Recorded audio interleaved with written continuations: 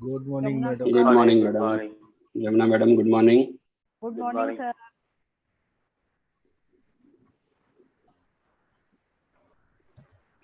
Yeah, Mansukh bhai, start. Yeah. Thank you, my president, CA Vijay Kevaldamaniji, for giving me this opportunity.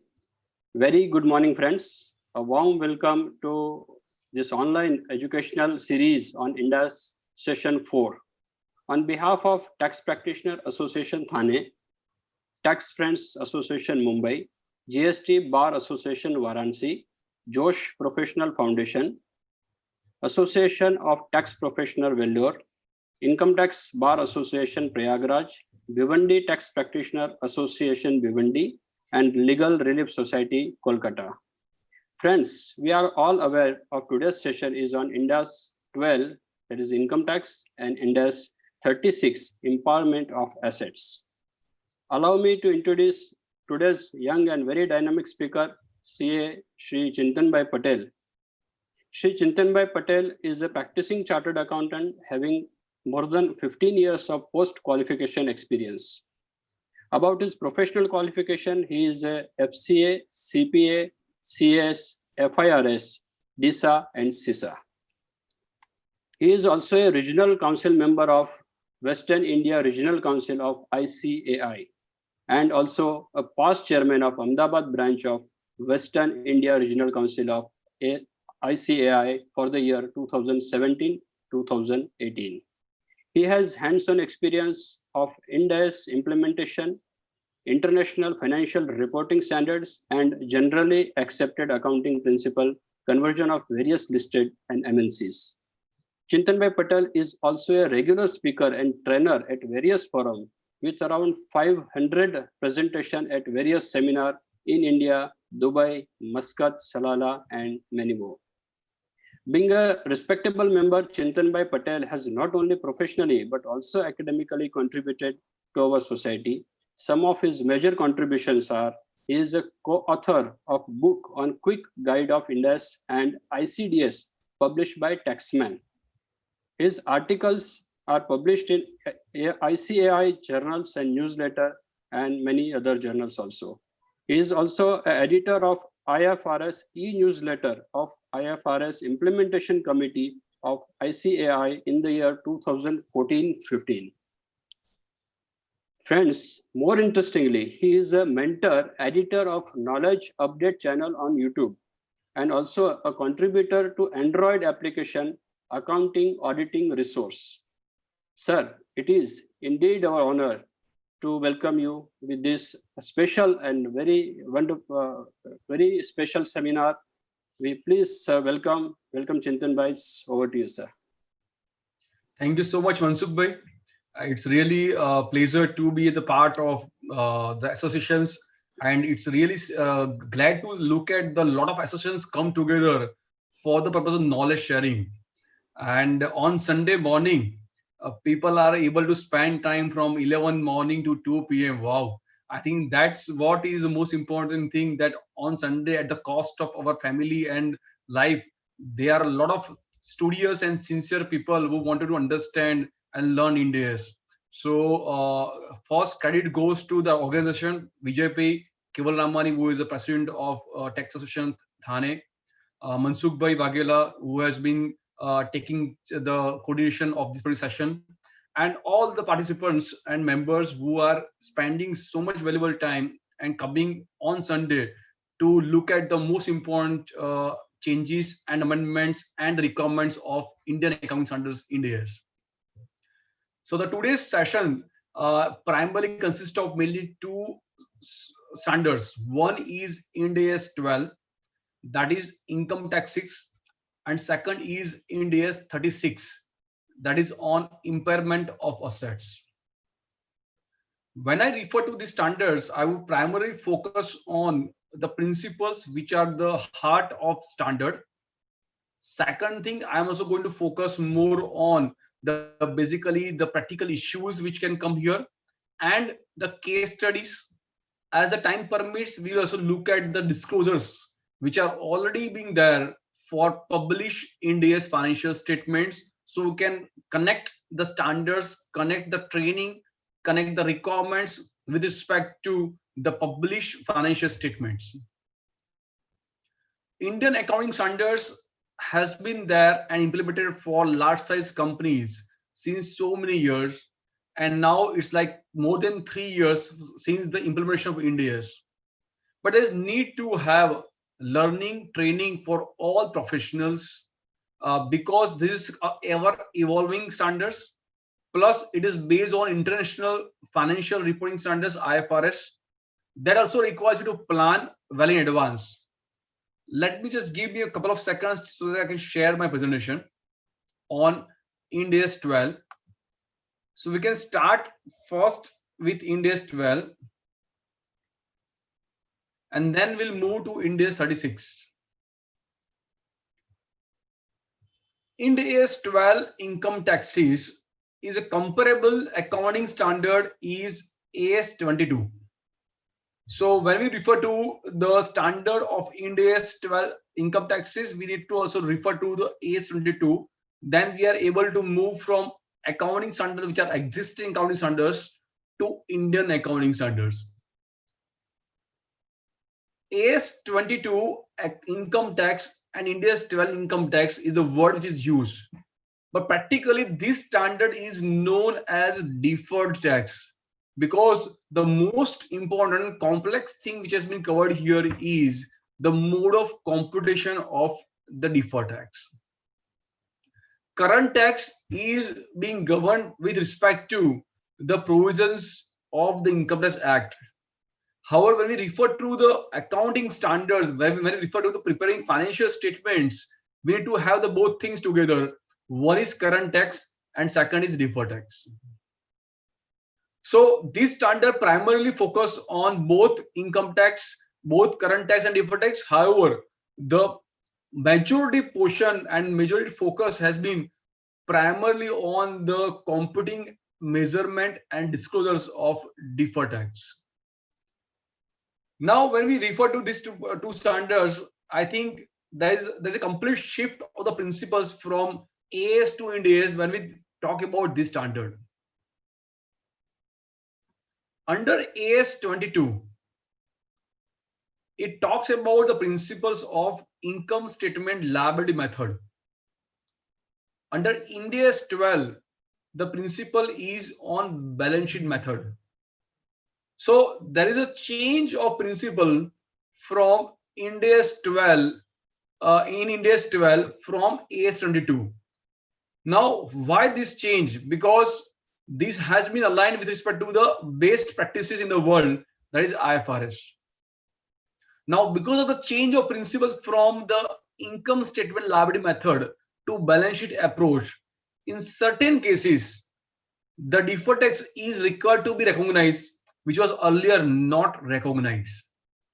So understanding the principles will help you to really apply this knowledge in particular aspects, and in certain cases where there may be a difference between AS and Ind AS because of the change in the principles.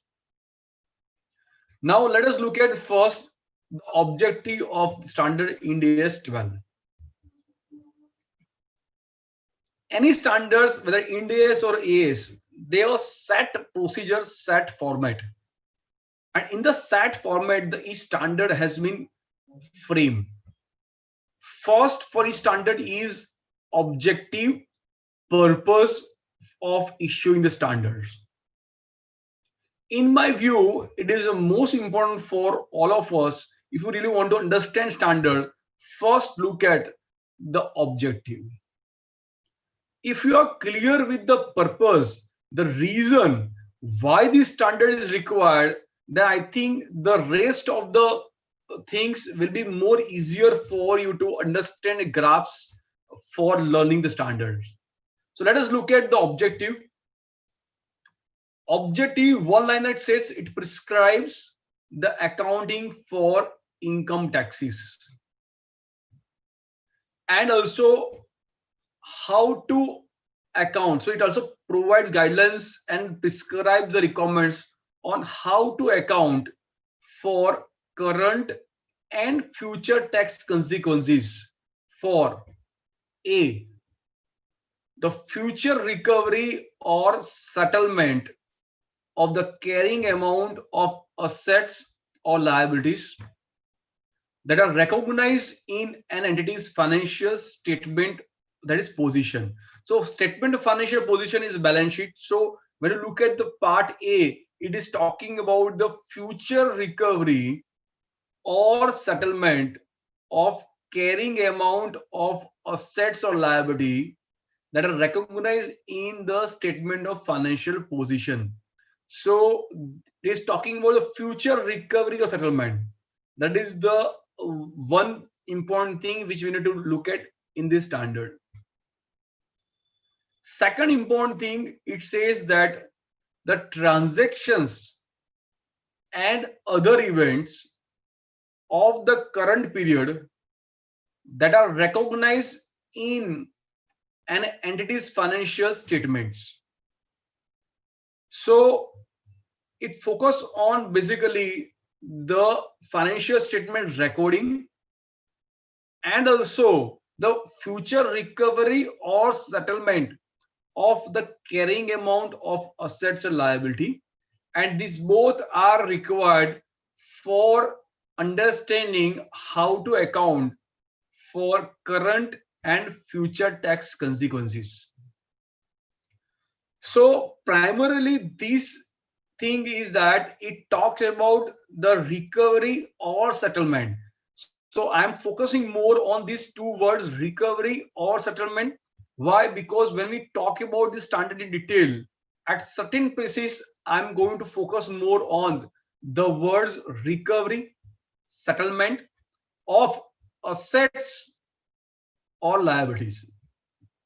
So these four words are very critical for anybody to really understand that what is the reason and logic of recognition of deferred tax in certain situations and which tax rate is to be considered when you talk about the deferred tax recognition. Now let us look at the scope of Ind AS 12. It applies to accounting for income taxes. So basically whatever income taxes has to be done, these all income taxes are being governed under Ind AS 12. Second, income taxes include all domestic and foreign taxes which are based on taxable profits.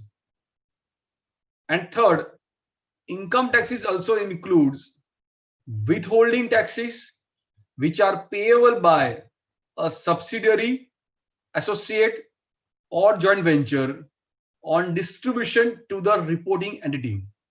The word withholding taxes has been commonly used across the world, which is mainly nothing but the TDS. So taxes which is being withhold, that is withholding taxes. So in general, when you look at this Ind AS 12, it talks about everything. It talks about everything on taxes, whether it is for current tax, whether it's a future tax, whether it is a and then we need to also look at the future recovery or settlement of assets or liability. So the scope is pretty wide to cover all kind of consequences, and the objective is clear to focus on the assets, liabilities, and future recovery or settlement, and recording and competition of the taxes that may originate on based on that. So I think this particular cartoon which talks about that taxman, there's a taxman and there's a person, and it says that can't you be more efficient? Whatever, how much money you give or how much money you may have, however, is always there is a huge risk which is lying on that whatever money you paid is always short. You're not sure about sometimes the what can come into future tomorrow. Yes, over the period when you look at in since last few years, there has been more stability.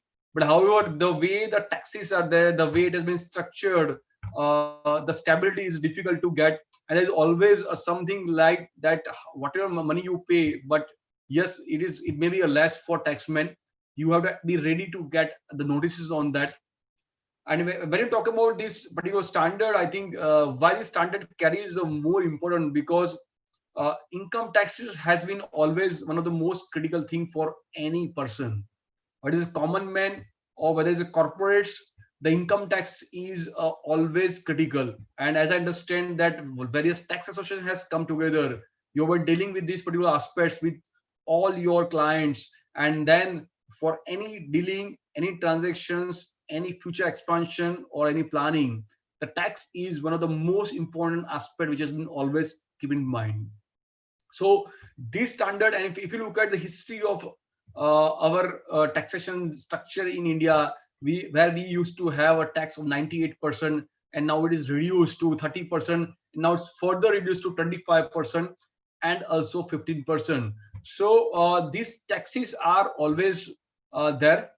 And I think there was one statement which was mentioned earlier, that like uncertain life means the tax is something which cannot be ignored by everybody. It is going to be there, and that's why this standard is something which is applicable to all assessees, as the taxes are there for each assessees, current tax and deferred tax. So this is the standard which is applicable to all the clients of Ind AS, irrespective of if it is small, medium or large enterprises. So let us look at this tax expense. As we discuss about objective and scope, the tax expenses are primarily divided into two parts. One is on current tax, and second thing is on deferred tax. So when we refer to this particular standard, we will find the first, there is an emphasis, there has been a discussions on current tax, and there is a lot of discussions on competition of deferred tax.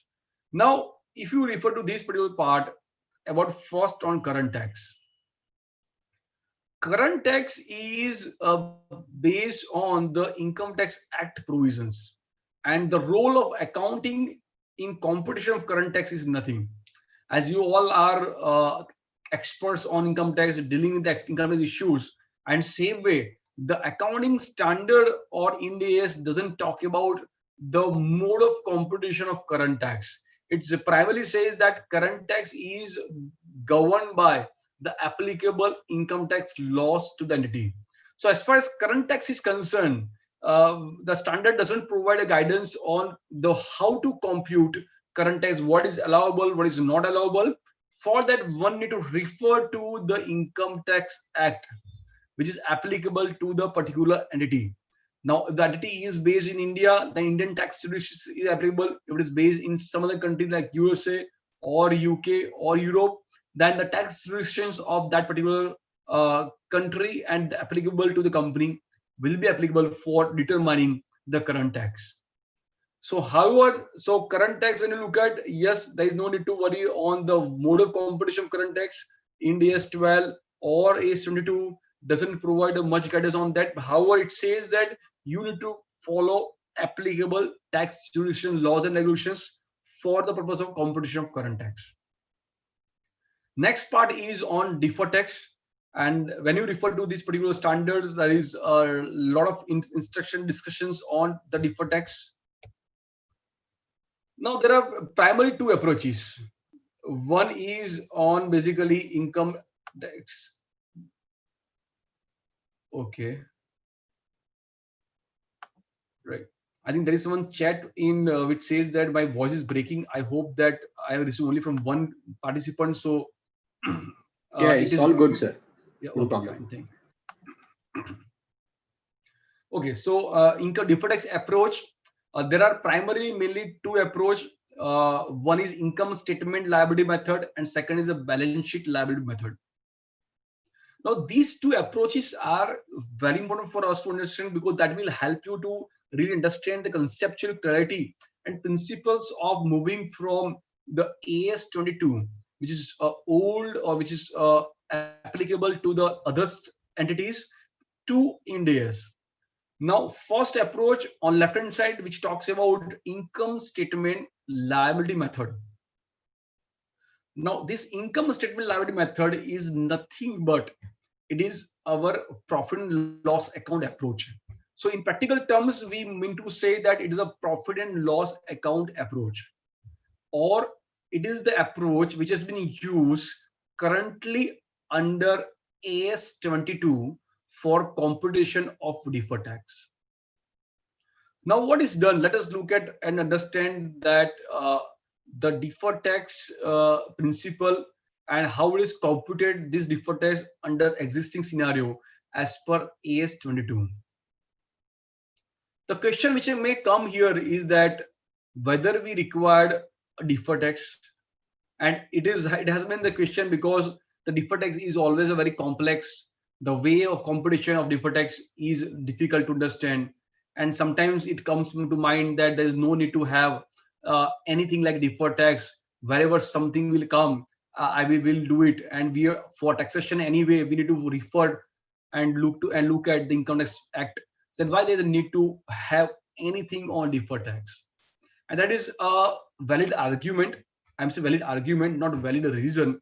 So let us look at the first conceptual clarity and the reasoning of why there is a need to have deferred tax under accounting standards. If I ask you a question, very simple question, that on the March month, my year end is April to March, and in the March month, the employees have worked and the salary is paid on 7th April. So whether we need to create a provision or liability for the March year end date, I think answer is yes. And I'm assured that 100% the answer here will be yes. Why? Because this is a very common thing wherein basically we all are aware that if something has been incurred, then irrespective of the amount paid or payable, one need to create a accrual. Based on accrual concept, one need to create a liability. So the concept which has been applicable for that is that salary is to be provided. Why? Because employees have worked for the particular period. The payment is not critical because we follow the principles of accrual basis. Now that is very clear for all of us to understand. That applies to all expenditure, everything in our books of accounts, and that is what is mentioned in our notes on accounts, that is a historical cost accrual based convention. Now again, if I ask you a question or if we discuss about on income tax, certain provisions of income tax says that you would pay tax after 1 year, or certain expenditures are allowable only on payment basis, or depreciation, I will give accelerated depreciation, or I will give depreciation after 4 years, 5 years staggered basis, which is not in line with accounting standards. Now, so that taxation paid in advance or paid later on, that is based on the government policy. And in framing the government policy, there are a lot of things are in mind. It's not only the accounting standard, it is the mode of lying, giving the benefits or taxing the entity, and collection is a very important thing in the mind of government. The company has worked for year 2019-20. They have earned the profit, the revenue is there. Now because of the government policy or Income Tax Act, certain income which has been earned for the year 1920, on which the tax has been deferred to the next year or 3rd year or 4th year. Now if I don't accrue tax for the income which is earned during the current year, is this just justifiable? The answer is no. Why? Because the taxes which is paid in the future is not very critical for me. However, if the taxes are related to or pertains to the income which is earned during the period, then the taxation need to be accrued during the period. So taxes primarily consist of two things, as I discussed earlier. One is current tax, second is deferred tax. So current tax and deferred tax, when they both combine together, in that case it becomes current tax. Now, when we refer to this particular income statement liability method, AS 22, that is on income taxes, which provides a guidance on computation of deferred tax. It mentions the fact that you need to look at the profit and loss statements. So profit and loss statements, income statement liability method, they both are the same thing. In practical way, we say P&L account approach. Why? Because this is what we generally do it. Now, let us look at the approach which is taken for profit and loss account statement approach for computation of deferred tax as per AS 22. Step 1, that what we do, that we start with the profit as per profit and loss account. Then the step 2 is identifications of the income or expenditures which are separately taxable as per the Income Tax Act provisions. So there is addition, there is a deletion.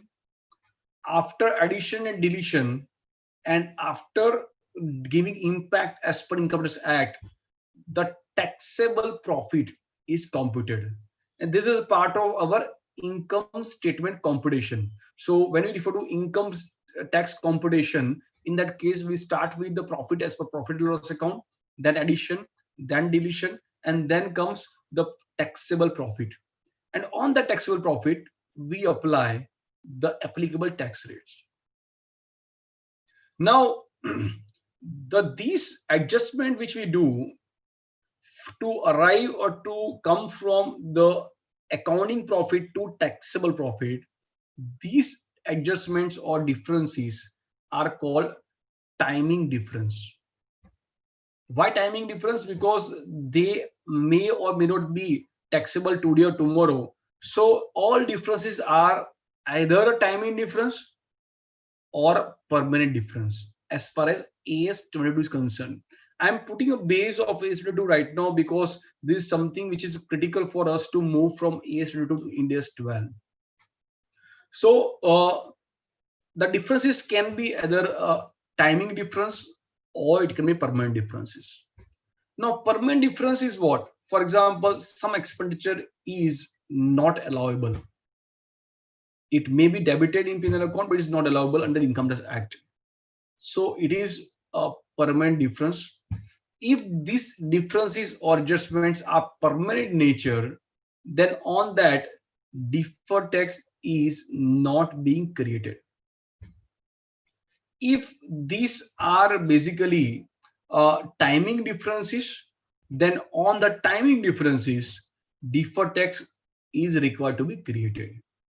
So the process which is being done is that we look at the difference between accounting profit and taxable profit.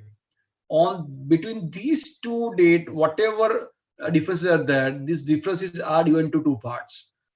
Is it a timing difference or permanent difference? If it's a permanent difference, you ignore it. If it's a timing difference, you do create deferred tax. Now, generally, timing difference which is applicable in all the cases are mainly two. One is depreciation, because depreciation as per books of accounts is different than depreciation which is to be provided as per Income Tax Act. Second thing is the expenditure allowable on payment basis. So in that case, I have debited in my P&L account some expenditure, however it may be paid future. So whenever it is paid at that time in that particular period, that is allowable. So these two are the normally case in majority of the cases where the deferred tax is required to be created. And when the deferred tax is being created, so on that we need to apply the tax rate, that is enacted or substantive enacted tax rate. That is the deferred tax, and it is asset or liability. Now this is the approach which I talk about is primarily on income statement liability approach or profit and loss approach. Now, two timing difference approach which I discussed, one was on allowable on payment basis. Second is on depreciation. Depreciation is the common for all companies, and the practical approach which is been taken for creating deferred tax on depreciation is that we compare the WDV as per tax block with net block or carrying amount as per books of accounts. And on that particular base differences, the deferred tax asset or liability amount closing balance is computed. And from that closing balance, the opening balance is minus, and then the differential is my deferred tax income or expenses. So just to repeat this again, because this has been followed in many cases, that practically, even if, so if you look at technically, when you apply the income statement liability approach, it says that you need to basically look at depreciation which is added and reduce on that, plus you need to consider any disposals, any sale, and then you need to arrive at the deferred impact. Now that is very complex, where it is not only depreciation. Along with that depreciation, you may to consider a lot of things, because under Income Tax Act, if the asset is sold, it will be 100% amount is being reduced from the block, which is not the case for the purpose of accounting profit depreciation. So the approach which has been done is that where we look at the carrying amount in the books of accounts, that is net WDV, net block in the books of accounts, that net block is compared with WDV as per Income Tax Act. And difference between these two is my deferred tax asset or liability, and that is my closing balance. And from closing balance, opening balance is being reduced, and then to arrive at the deferred tax income or expenditure or reversal thereof during the period. So this is basically approach which is done even under accounting standard for practical point of view. So what we are doing it in, that is called the balance sheet approach. So even if the income statement liability method is with there, however, the approach which is being done for the purpose of computation of deferred tax in case of depreciation is nothing but the balance sheet approach. So that second approach which is there for deferred tax is called the balance sheet approach, balance sheet liability method that focuses on temporary differences. So there are two methods. One is a timing difference, and second is a temporary difference. Timing difference is primarily basically on income statement liability method. We'll take questions later on, so that I think we can have a flow of conversation, and then we can take up the questions. Santoshi. Yeah. So income statement liability method, and then second is balance sheet focus. Under income statement approach, it is called timing difference. Under balance sheet approach, it is called a temporary difference. And then on these differences, deferred tax is created. Now, when we talk about Ind AS 12, we are focusing on the balance sheet liability method, that is temporary differences.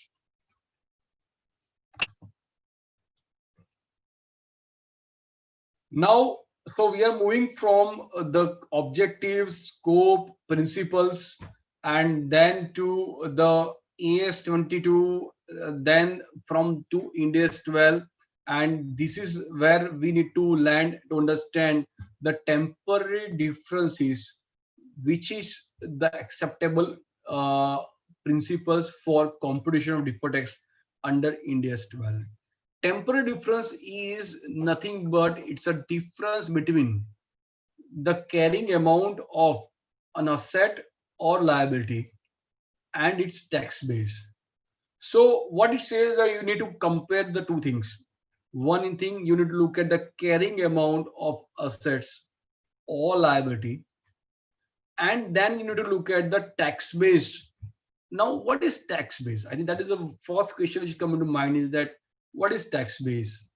Tax base is basically the balances as per Income Tax Act, that is called tax base.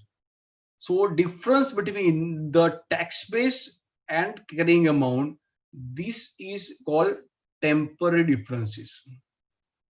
Now, is this something new? Is it something different? Technically, yes. But practically, as I discussed about depreciation, you would have done the same thing. We have compared the carrying amount, that is the net block of assets, property, plant, equipment, with the tax block or WDV as per Income Tax Act, that is called tax base. And on that difference, that is called temporary difference, on that difference, the deferred tax assets or liability is computed. So the temporary difference is nothing but tax base of an assets or liability, the amount attributable to that assets or liability for tax purposes. So one more question will come to mind, that are we preparing the balance sheet as per Income Tax Act? The answer is no. We don't prepare a balance sheet as per Income Tax Act. So if I don't have balance sheet as per Income Tax Act, then in that case, how can I know the tax base? And how can the tax base be being compared or reconciled with respect to my carrying amount? So in that case, there are certain formulas, certain principles which are provided under Ind AS 12, which talks about the computation of tax base.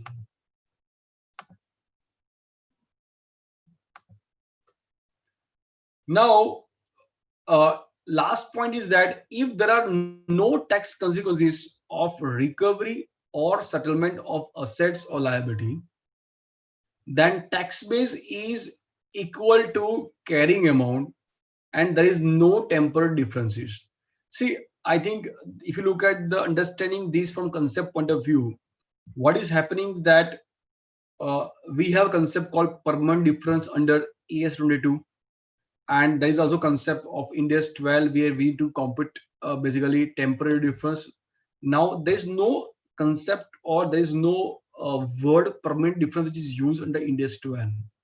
However, there is no need to create a default tax where there is no temporary difference. So where there are no tax consequences of recovery or settlement of assets or liability, then the tax base is equal to carrying, because if there is no tax consequences, obviously there is no point of creating a temporary difference and default tax on that. So if there are no tax consequences, in such case, you need to have a tax base that is equivalent to the carrying amount, and then there is no temporary difference. Now coming to the point which I talk about, that under Income Tax Act, there is no balance sheet is prepared. So how to have a tax base and the carrying amount? So for that, the principles has been provided of computation of tax base under Ind AS 12. Before that, let us look at the types of temporary differences. Temporary differences are divided into two parts. One is called a taxable temporary difference, and second is called deductible temporary differences. Taxable temporary differences, as the name itself suggests, taxable is nothing but the deferred tax liability. And when you talk about the deductible temporary differences, the deductible temporary differences is called deferred tax assets. So temporary differences which are deductible in the future, right? So what is happening? The temporary difference, there is a difference between the tax base and carrying amount, and that difference, whether that difference will be helpful to be me in the future to pay less tax or more tax. If I have to pay less tax, that means it is the deductible temporary differences, then today it's asset for me because I have to pay less tax in the future. So if it is deductible temporary differences, then it will rise to a deferred tax assets. If the temporary difference is taxable, that means what? That I may have to pay the higher tax, or I have to pay tax during the future period, then it is called liability, because it is liabilities created because of the today, which is going to be paid in future. So it is called deductible temporary differences. It is called taxable temporary differences. So the taxable temporary differences, liabilities created, is called DTL. It is a deductible temporary differences where the asset is created where we don't pay less tax in the future. It is called deferred tax assets. Now let us look at this tax base of assets. How to calculate the tax base of assets? Tax base of an asset is the amount that will be deductible for tax purposes against any taxable economic benefits that will flow to an entity when it recovers the carrying amount of the assets. So what it says that if it is you're talking about assets, and what is the tax base of assets, it's the amount that will be tax deductible. So in future, whatever amount you can get as deduction. So when I talk about the income WDV of for depreciation point of view fixed assets, so the WDV is nothing but the amount that is deductible to me in the future. So that deductible amount is my tax base of that particular assets. Carrying amount is nothing but the net block in my books of accounts. So tax base is the amount of that will be deductible for tax purposes. Now let us look at the first case of inventory. The amount of inventory in the books of account is 100 rupees. Tax details are it is deductible for tax purpose when it's sold. So the amount of 100 rupees in my books of account, it is deductible to me in the future. So my tax base is how much? 100. Interest receivables, 100 is carrying amount, and tax detail says interest will be taxed on cash basis. So if it is to be taxed on cash basis, means it is receivable, so it is deductible. Answer is no. Deductible is only when it is going to reduce my tax. Here is not deductible. So what is happened that in the interest receivable, the entry was passed as interest receivable account debit credit to interest account. So in my profit and loss account, income was there, in balance sheet interest receivable was there. Now this says that it is to be taxable when the cash is received, or when it is cash is received. So that's why my deductible is 0. So it will create a temporary difference. For that, one need to create a deferred tax.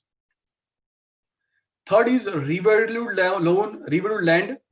So land is revalued. Now the amount is 140. Taxation point of view, the indexation is available.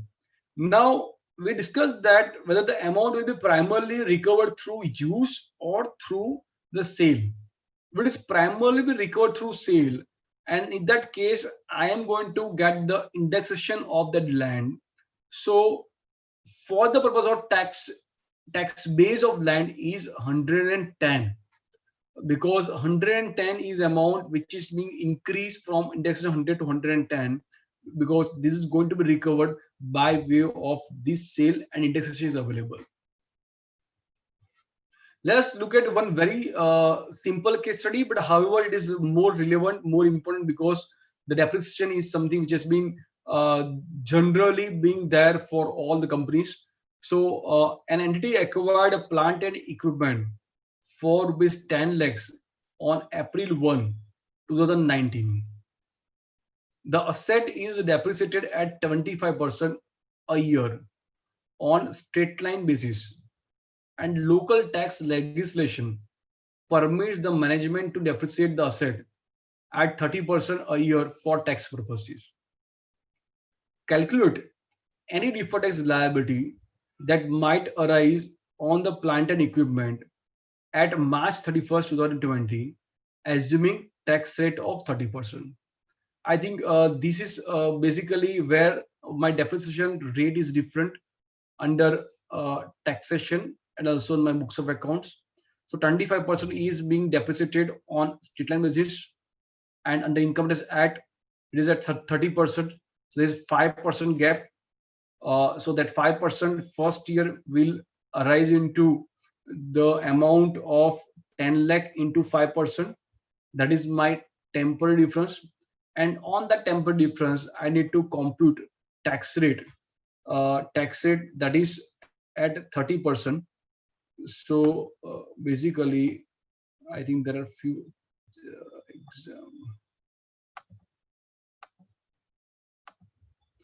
Okay, right, very good. So I think Mr. Kedar Nath and Yogesh has basically written the things. Yes, the tax is basically 15,000. Reason is that 30% of temporary difference of 50,000 rupees, and that is what is to be created as far as this deferred tax is concerned. Now let us look at the tax base of liability. Tax base of liability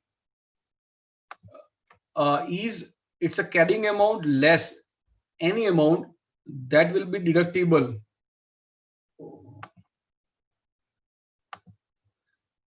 Tax base liability is a carrying amount.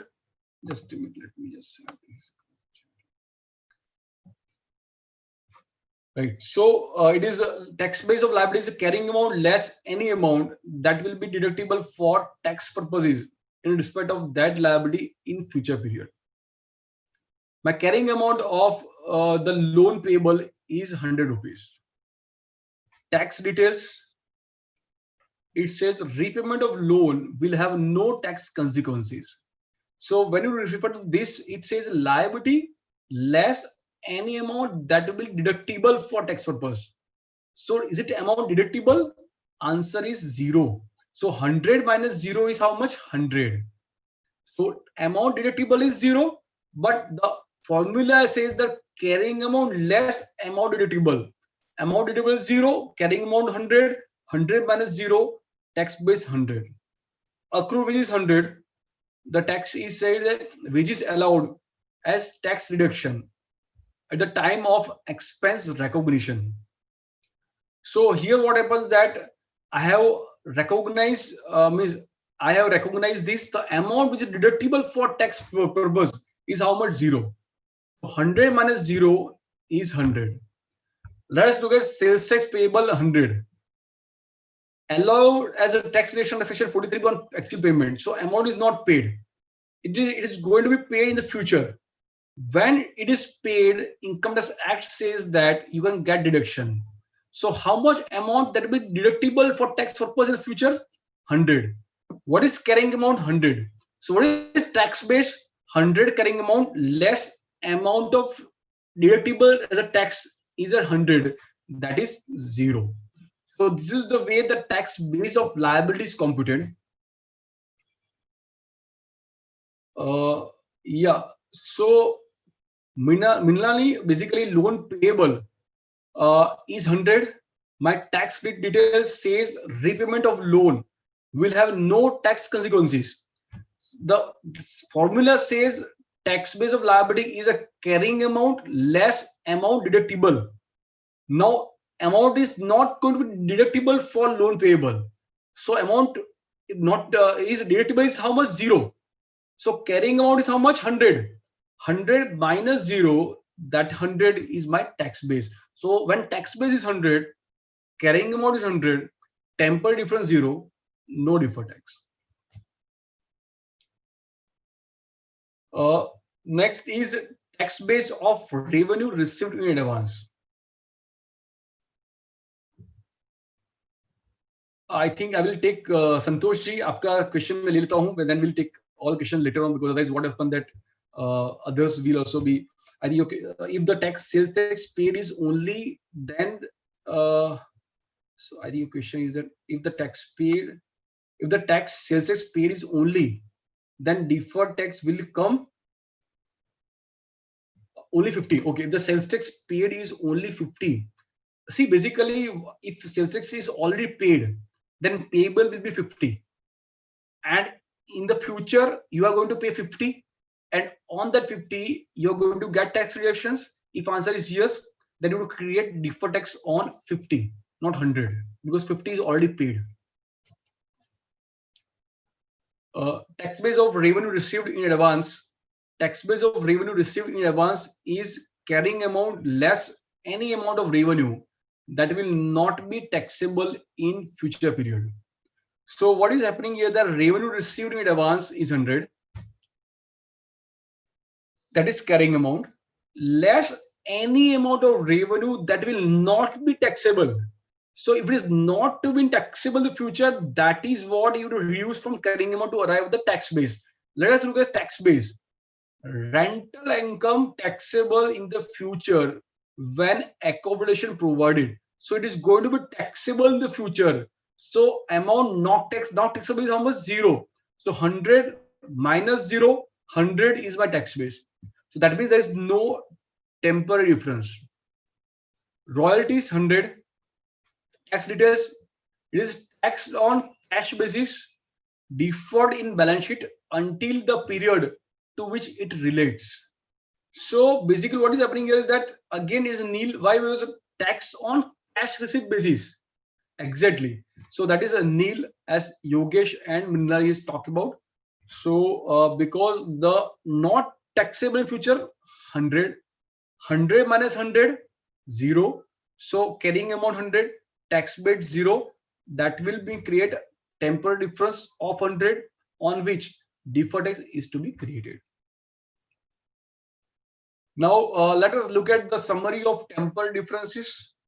Basically, if the carrying amount is more than tax base, so carrying amount, let us assume the example, carrying amount is 100, tax base 80. So carrying amount is higher, tax base is lower. 20 is a temporary differences. So what happened that, let us look at assets. When for assets, 20 is temporary difference, means I am going to get lower tax deduction in tax book. So that is what it's called taxable temporary differences. So it is a DTL.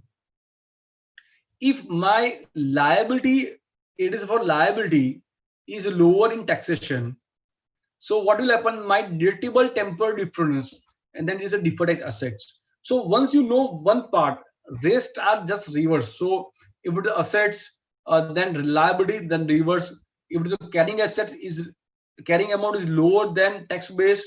If it is assets, then it's a deductible temporary difference DTA, and then reverse DTL. Both are equal. There is no temporary differences. There is no DTL. Now this is just understanding conceptual point of view in what cases DTA and DTL can originate, because we may understand it is a temporary difference. However, the temporary difference, whether it arises to DTA or DTL, for that you can refer to this particular chart to understand whether my tax base is lower or higher than carrying amount, and then whether that is for assets or liability. That will give idea on a summary of temporary differences. Now, this is a chart basically to understand about the temporary differences that arising on initial recognition of asset liability. Now, as I discussed earlier that what happened that under AS 22, there was a concept of permanent differences. Under Ind AS, there is no permanent difference concept is recognized. However, they identify certain situations where it's possible that it is kind of permanent differences where there is no need to create a deferred tax. So for that, there's a small chart which looks complex. However, from practical point of view, it is not so much difficult to understand on which there is no deferred tax to be created. So does the temporary difference arise on initial recognition of asset or liability? If the answer is no, then recognize deferred tax liability or asset subject to other exceptions. So if there's no temporary differences, then on initial, then there is no point of that. If it arises on temporary difference on initial recognition of as a liability, then is it arise because of business combination? If yes, then recognize DTA. If no, then does the transactions giving rise to the asset or liability that affects either accounting profit or taxable profit at the time of transactions? If answer is yes, it affects, then yes, you would recognize a temporary deferred tax. If the answer is no, it doesn't affect accounting profit or taxable profit, then there is no need to create a deferred tax except in case of business combination. Let us look at one example on that. Basically, a non-taxable government grant 200 related to the harvester asset 600 was given to a farm limited. For tax purpose, the grant is not taxable and tax rate is 35%. See, when the grant is not taxable, that means it may be kind of the permanent difference which is being originated. So in that case, there is no need to create a deferred tax on this, as it is not going to arise any kind of differences in the future. So there is no need to create deferred tax, as it also not arising from the business combination. One important thing which we would like to discuss on financial instruments. As I understand that there is a separate session on financial instruments, and I think it is yet due. But so I'm not going to focus more on the principles and the accounting of financial instruments. However, the objective is to really talk about the tax implications on which may arise on one very particular feature of financial instruments, that is compound financial instrument. Compound financial instrument is an instrument where there are both components are together. That is liability and equity. If you look at the balance sheet, in the balance sheet, there are mainly three components. One is assets, second is liability, third is equity. Liability and equity, there are two different components. Now, this is a kind of instruments where it is a compound where it includes both components. Compound by meaning itself means it's combination of two elements, which is a liability and equity. Now, what happens that under Ind AS 109 financial instruments, this compound financial instruments is required to be classified into two parts based on fair valuation of liability and equity. Now, for example, there are basically convertible debentures, which is being divided into two parts. 100 rupees is converted debentures, and that 100 rupees converted debenture is divided into fair value of liability and equity. Fair value of liability is 70, equity is 30. So 30 is moved from liability to equity. Now, this particular point arises the question of deferred tax. In that case, what will happen that in Income Tax Act books, that debenture is still liability. That liability is not reduced under Income Tax Act, and it doesn't become a 70 in the books of taxation. So there is a temporary difference between these two components. In that case, the standard says that you need to create a temporary difference and deferred tax on the difference, and that deferred tax will be offset against the equity of 30, which has been taken to the changes in equity statement. So in some jurisdiction where the tax base of liability component on initial recognition is equal to initial carrying amount of the sum of liability and equity components, the resulting taxable temporal differences arise from the initial recognition of the equity component separately from the liability component, and not the initial recognition of assets or liability. As there is a component which is moved from the liability to the equity, it arises from the initial recognition of the equity component. Therefore, the exemptions does not apply, and one need to create deferred tax on that particular part, which is moving from liability to equity. Next very important point is on goodwill. Goodwill, if it arises from initial recognition, see, if you look at that particular table or chart which I discussed, it mentioned that if it arises from initial recognition of goodwill, then only exception is business combinations. So if it is a business combination, then you need to create a deferred tax. Now, if the goodwill has arisen due to business combination, and the goodwill is a residual figure, if you look at Ind AS 103 business combination, it mentioned the fact that the mode of competition or purchase price allocation is that we need to arrive the fair value of the assets liability, and from the consideration, the fair value of asset liability is reduced and the residual amount is goodwill. Deferred tax is required to be created on the difference between the fair value of asset liability and the carrying amount of the acquiring company. What is the tax base of acquiring company? On that difference is basically deferred tax is to be created, and that will be adjusted at the time of doing the purchase price allocation. Residual amount which is arising in goodwill. So question is that goodwill is arising in my books of accounts, but there is no goodwill as far as Income Tax Act is concerned, because that goodwill is not allowable as a amortization charge in my Income Tax Act. So whether we need to create a deferred tax on these things, the answer is no, because goodwill is a residual figure. If you create deferred tax on that, it will just be multiplied onto goodwill only. So it is not to be recognized. However, if it does not, if it does not arise from initial recognition, so deferred tax liability for taxable temporary differences, if they relate to goodwill, are recognized to the extent that they do not arise from initial recognition, that is, tax laws allows write-off. So now if tax jurisdiction allows me that goodwill can be amortized, then obviously I will create deferred tax on that, because that it is allowable in my tax jurisdictions. However, in carrying amount, it is tested for impairment in my books of accounts. So in that case, there will be a temporary difference and it is to be created. Let us look at the business combination. I had touched upon the very important principles in the earlier slide on business combination. However, as we discussed in detail about this particular slide, acquisition accounting is required to be applied for the purpose of Ind AS 103 business combination. So we need to allocate the cost of business combination to the identifiable assets and liabilities acquired by reference to their fair value at the date of exchange transactions. So you would allocate the cost of business combination, as we discussed that purchase considerations need to be allocated to the identifiable asset liability as 103.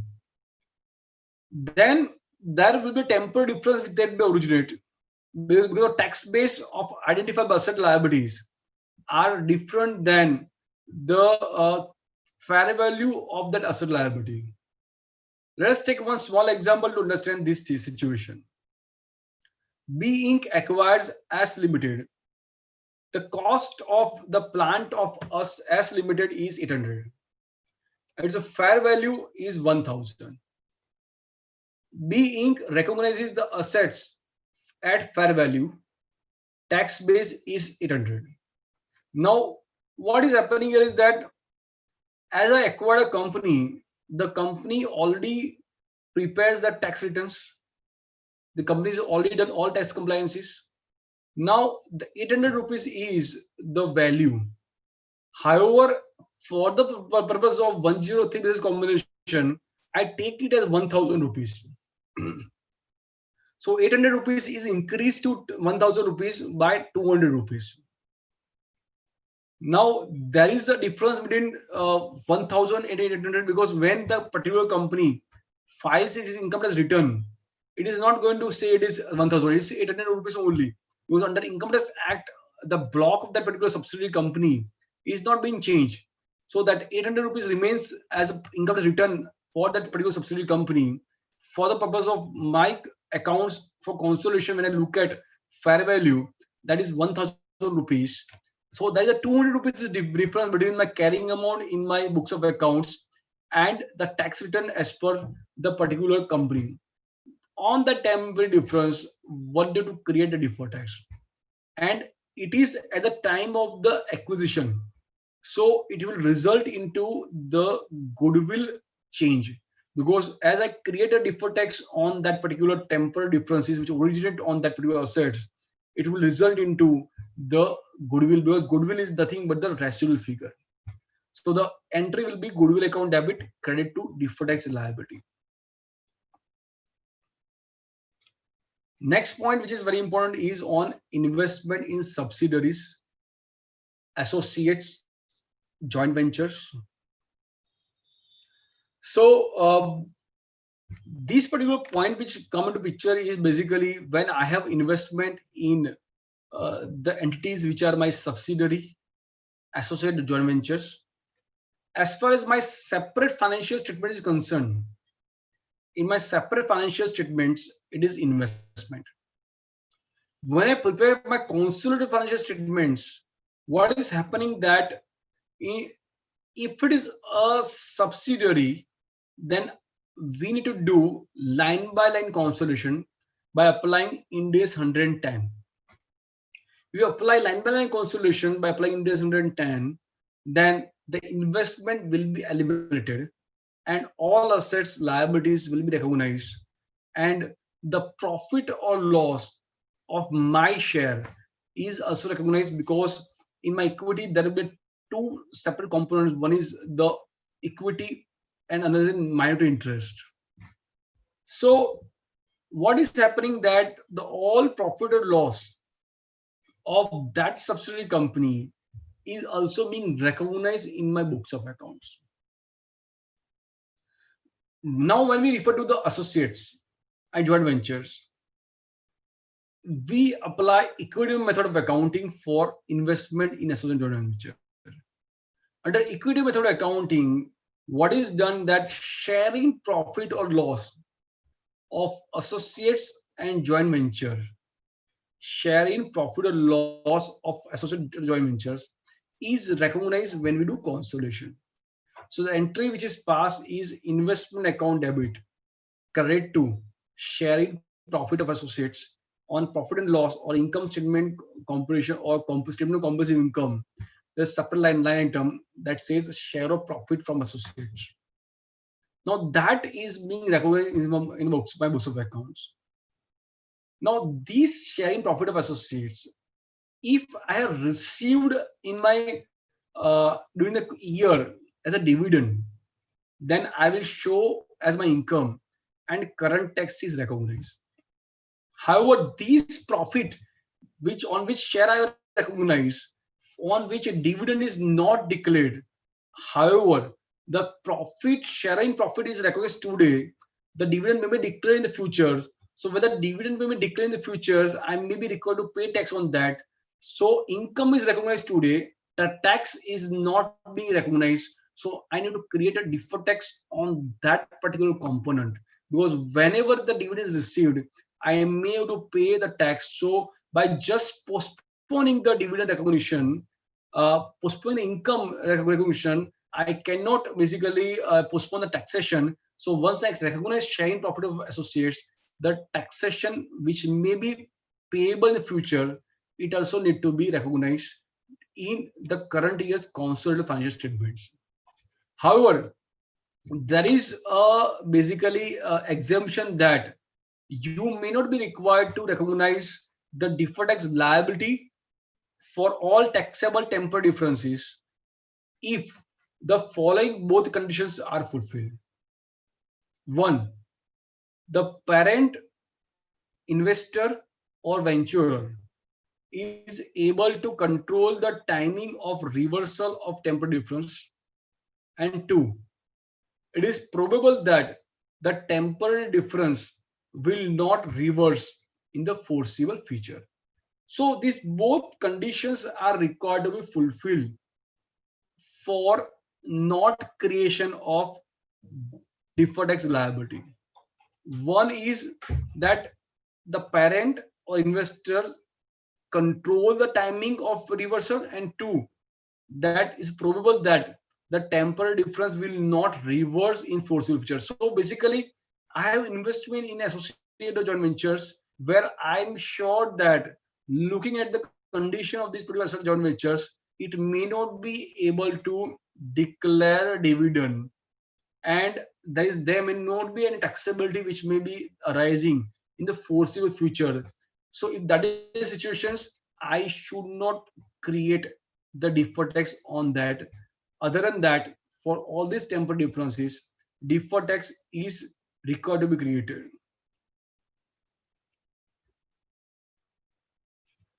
Let us look at one case study to understand. On 1st January 19, entity A acquired 100% shares of entity B at cost of rupees 600,000.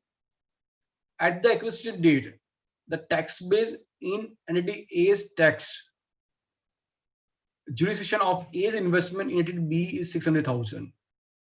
During the year ended 31st December 19, entity B made a profit of 150,000 and declared a dividend of rupees 80,000, recognized as liability by B on 31st December 2018, determined the deferred tax implications of A Limited in consolidated financial statements.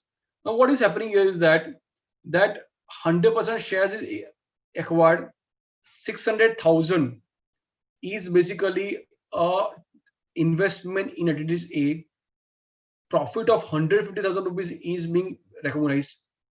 80,000 rupees is dividend. So 150,000 minus 80,000, it means 70,000 rupees is not being declared. So if I received a dividend, I have paid tax. Profit is earned today, but I have my tax is deferred for 70,000 rupees. Why? Because the dividend is not declared. So even though profit is earned, I have recognized profit and consider profit in my books of accounts. So I also have to create a deferred tax on 70,000 rupees because that is a profit which is earned during the period, even if the tax implication has been deferred in the future.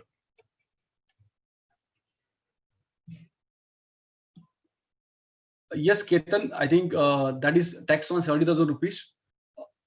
Preeti, I think I have also discussed this along with my case study, so I hope now it's clear.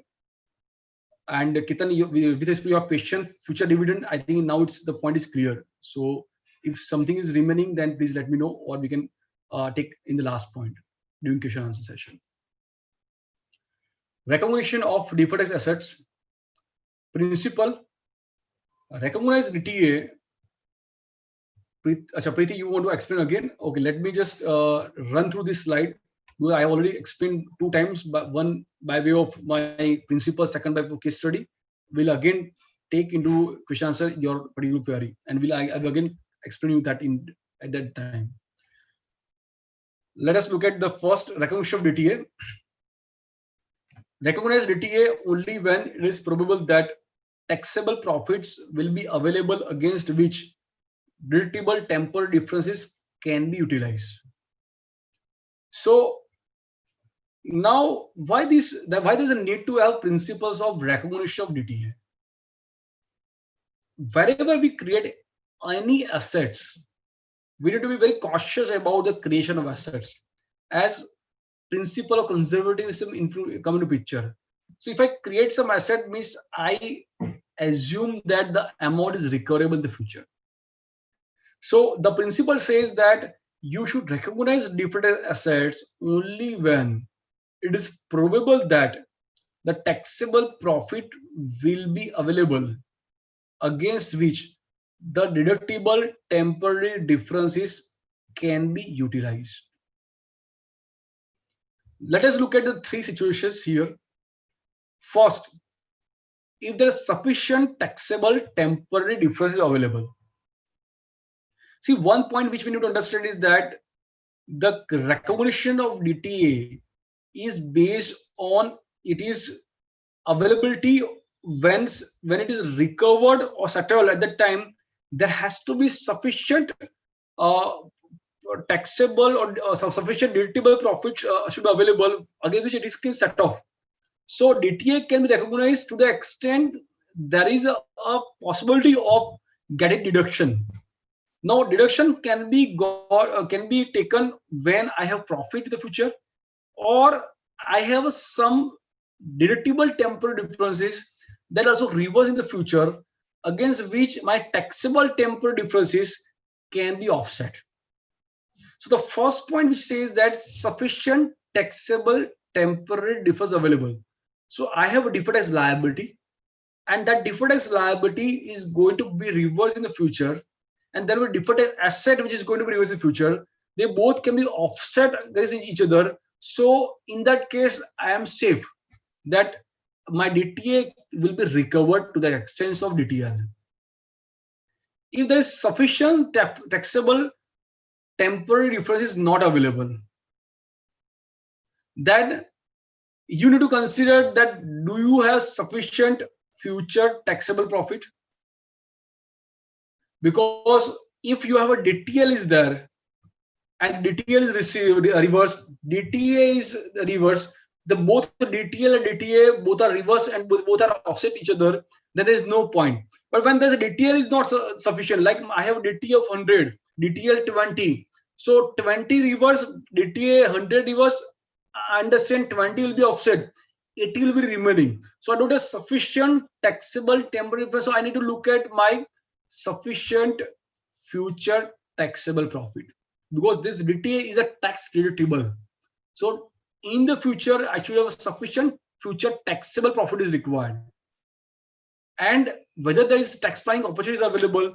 So if that is available, and if it's probable that the taxable profit will be available against which the deductible temporary difference can be utilized, no issue, no problem, create deferred tax assets. However, as we are aware that if there's unused tax losses and unused tax credits, in that case, one has to be more cautious. Why does it be cautious? Because unused tax losses means company has a huge brought forward carry forward losses, and if that is there, then the probability is such that I may not be able to have a sufficient taxable temporary difference. If it is available, then it's no issue. But if there's no sufficient taxable temporary difference which are available to offset my future deductible temporary differences, in that case, the future taxable profit is doubtful. So principle is same, that you recognize to the extent of taxable temporary differences. However, you need to have a convincing evidence to support for recognition of DTA in case you have unused tax losses and unused tax credit.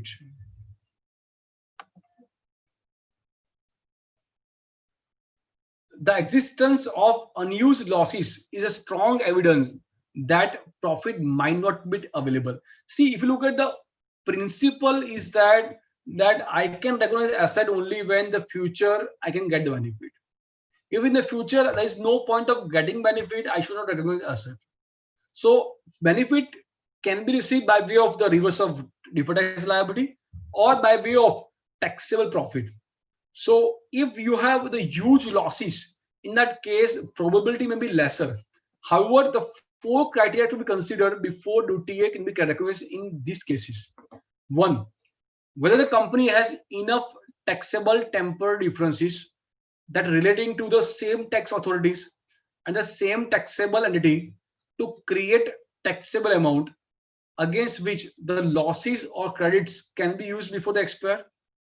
2, whether it is otherwise probable that the entity will have a taxable profit. I think these 2 things we discussed earlier, same things are there.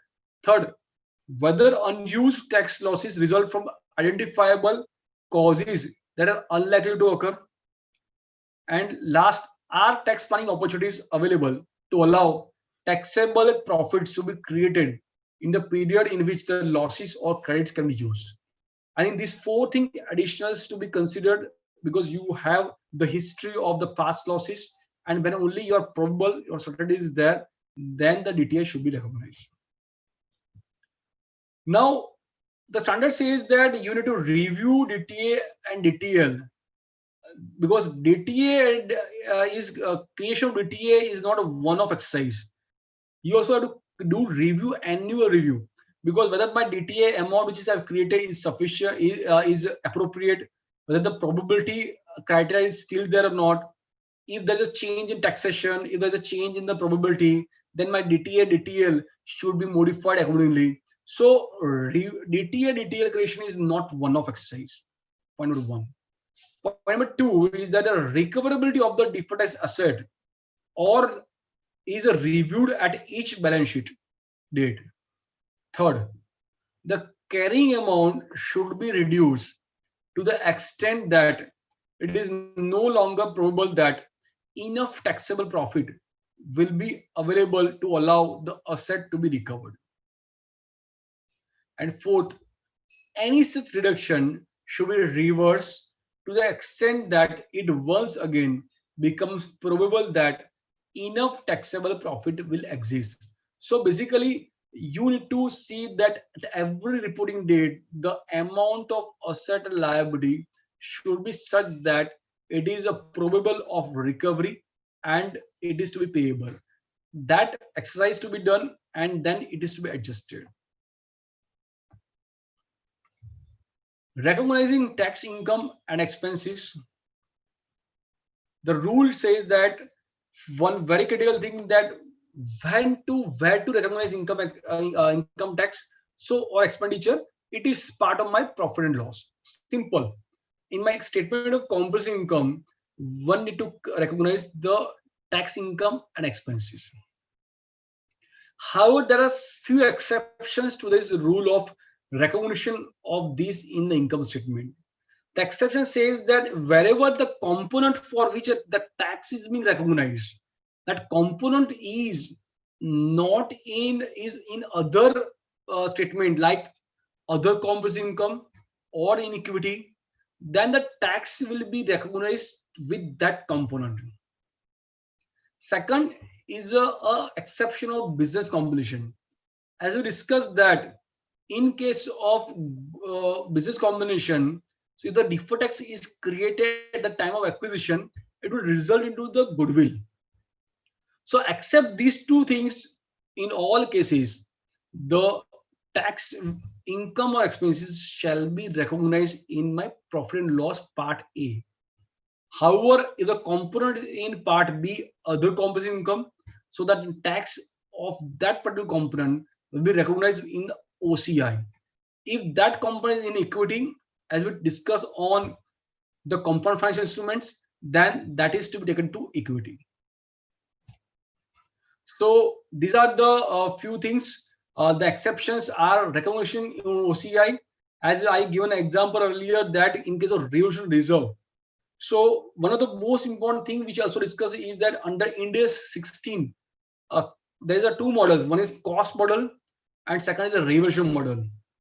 So in case of reversion model, there is an increase in reversions, then it will go to OCI. So if the deferred tax is created on that, because what is happening that my tax base is 100, carrying amount is increased from 100 to 120, 20 is reversion surplus, 20 is taken to my OCI as reversion surplus. Now my tax base is 100, carrying amount is 120, temporary difference is 20. On that temporary difference or 20, the deferred tax is to be recognized, and that deferred tax is related to component of which component? Reversion reserve. And the reversion reserve goes where? In comprehensive income part A? No. In part B, other comprehensive income. So that is the reason why when we look at in other comprehensive income, it is net of taxes. So that deferred tax on all the components which are there in OCI, these are considered because of the concepts of balance sheet approach. So in OCI, the reversion reserve, foreign currency transition reserve, again, deferred tax will come into picture. Equity recognition, IndAS 8, change in accounting policy correction of errors, compound financial instrument, as we take an example, that again on that also there will be a deferred tax on that, and business combination, as we discussed earlier, that will result into the deferred tax which will be adjusted to goodwill. Measurement of deferred tax asset and liability.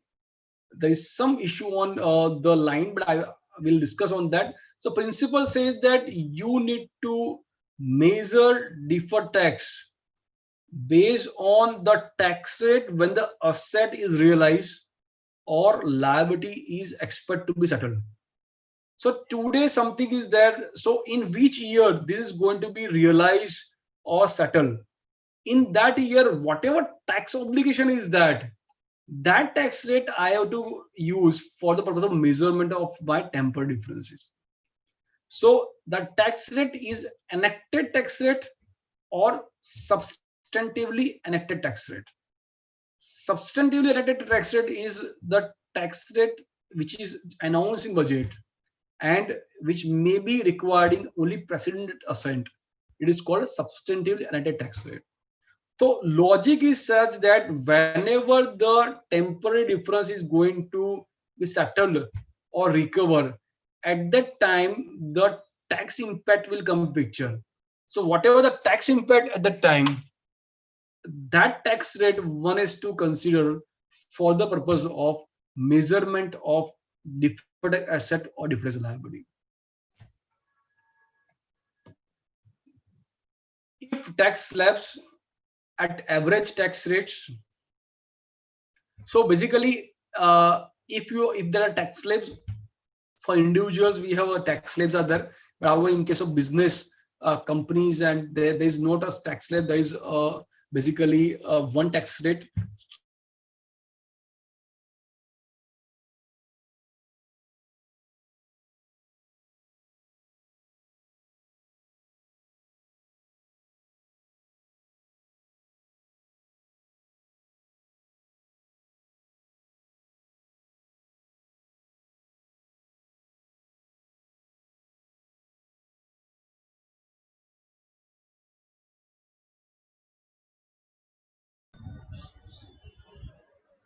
चिंतन भाई आवाज नहीं आ रहा है.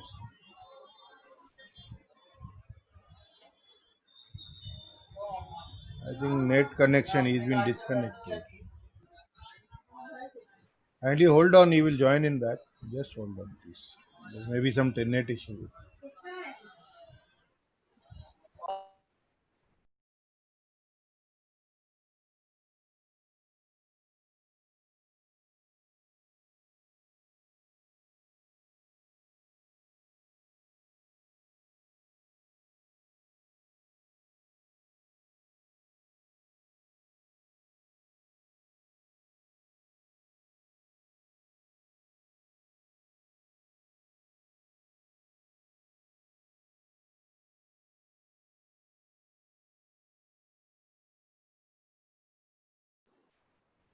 Unmute करिए चिंतन भाई.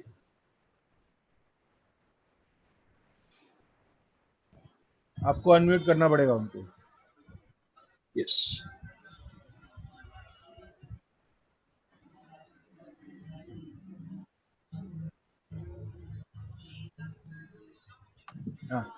Yes. Yeah, continue. Yes, okay, fine. Maybe there is some technical issue, so let me share my presentation first.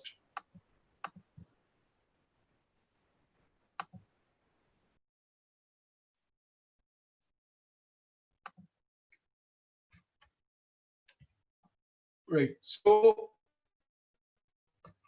you need to look at the tax rate, which is enacted or substantively enacted tax rate, and that you expect to apply when the when the temporal difference is reversed in the future.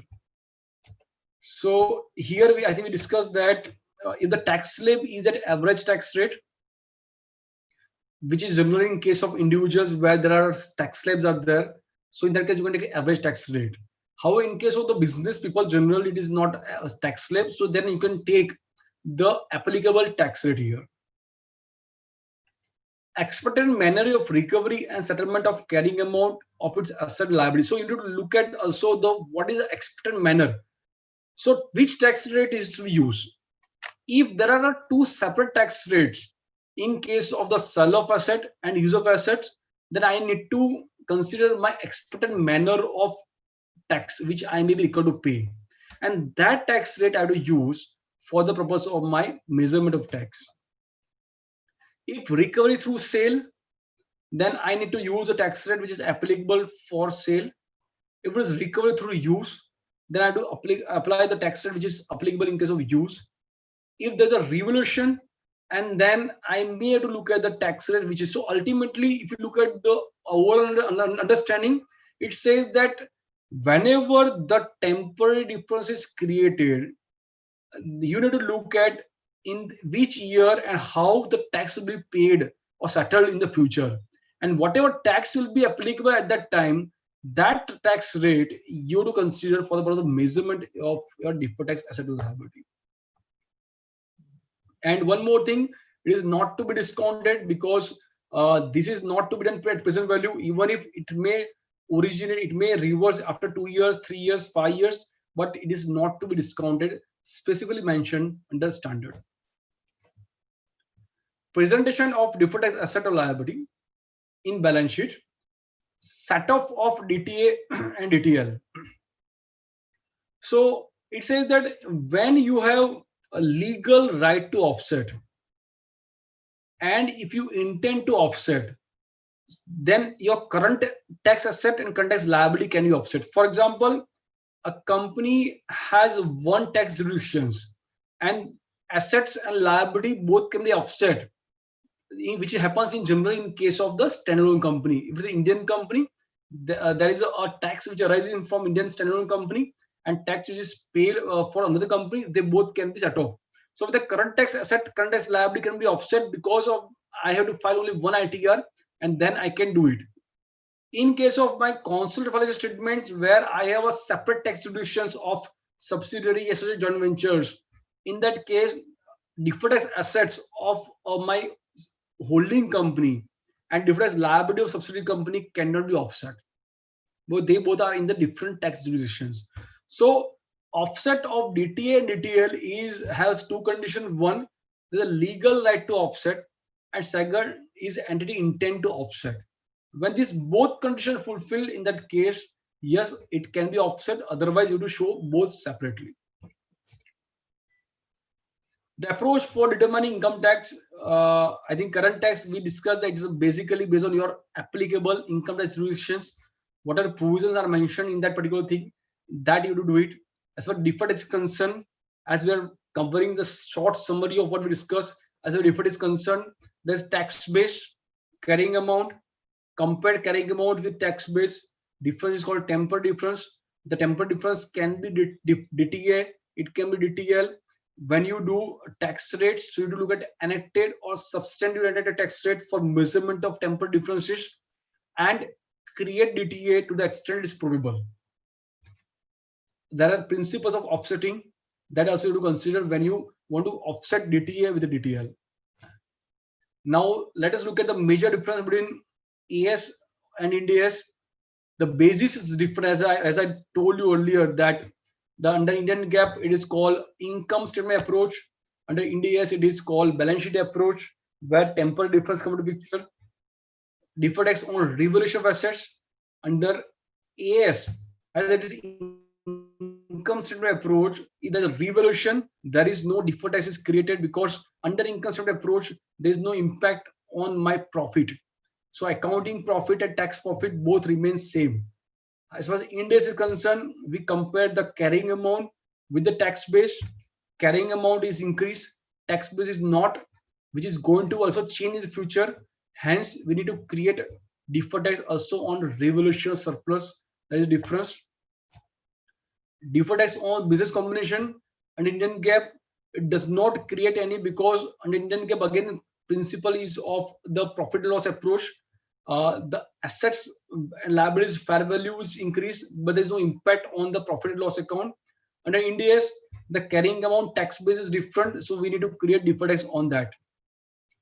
Recognition criteria of deferred tax assets. Under Indian GAAP, it says that if you have carried forward losses, then virtual certainty is required. Under Ind AS, it says that you need to have a convincing evidence if you are having unused tax loss and tax credits for the purpose of creation of DTA. I think with this, our income tax Ind AS 12 standard is completed.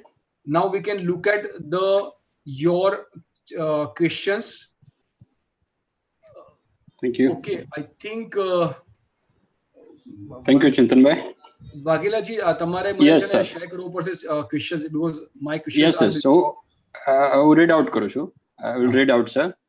There are some questions. Can we take some questions, sir? Yes, please. We should. Yeah. Question number 1 is, earlier it was income and liability method in accounting standard 22 and now it is a balance sheet approach in Ind AS 12, whether the value of current tax and deferred tax will remain same in both the cases? See, current tax remains same, because if you look at the AS 22 and Ind AS 12, current tax is both says that it is based on my tax jurisdiction. When we talk about the income statement approach and balance sheet approach, they approaches are for deferred tax, not for current tax. So current tax will remain same. Thank you. I think it's clear.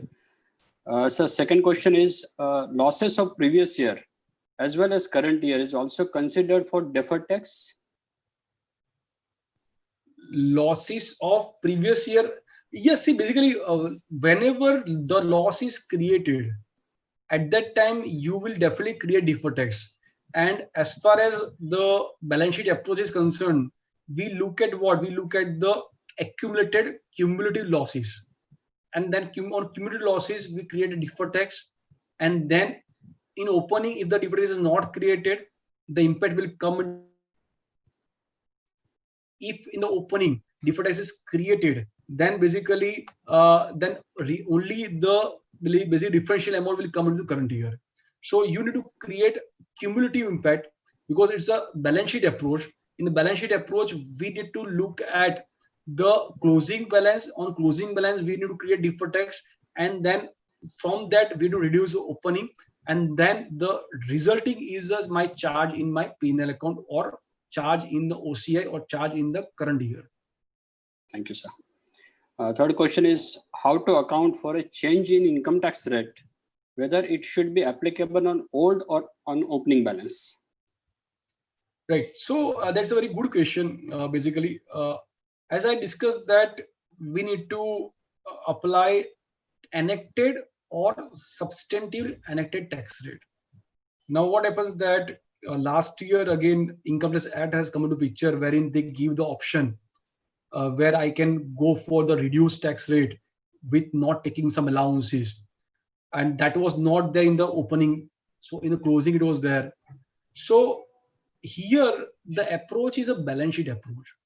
The same response which I give for carry forward losses. What we have to do here, we have to create the temporary differences as on the reporting date.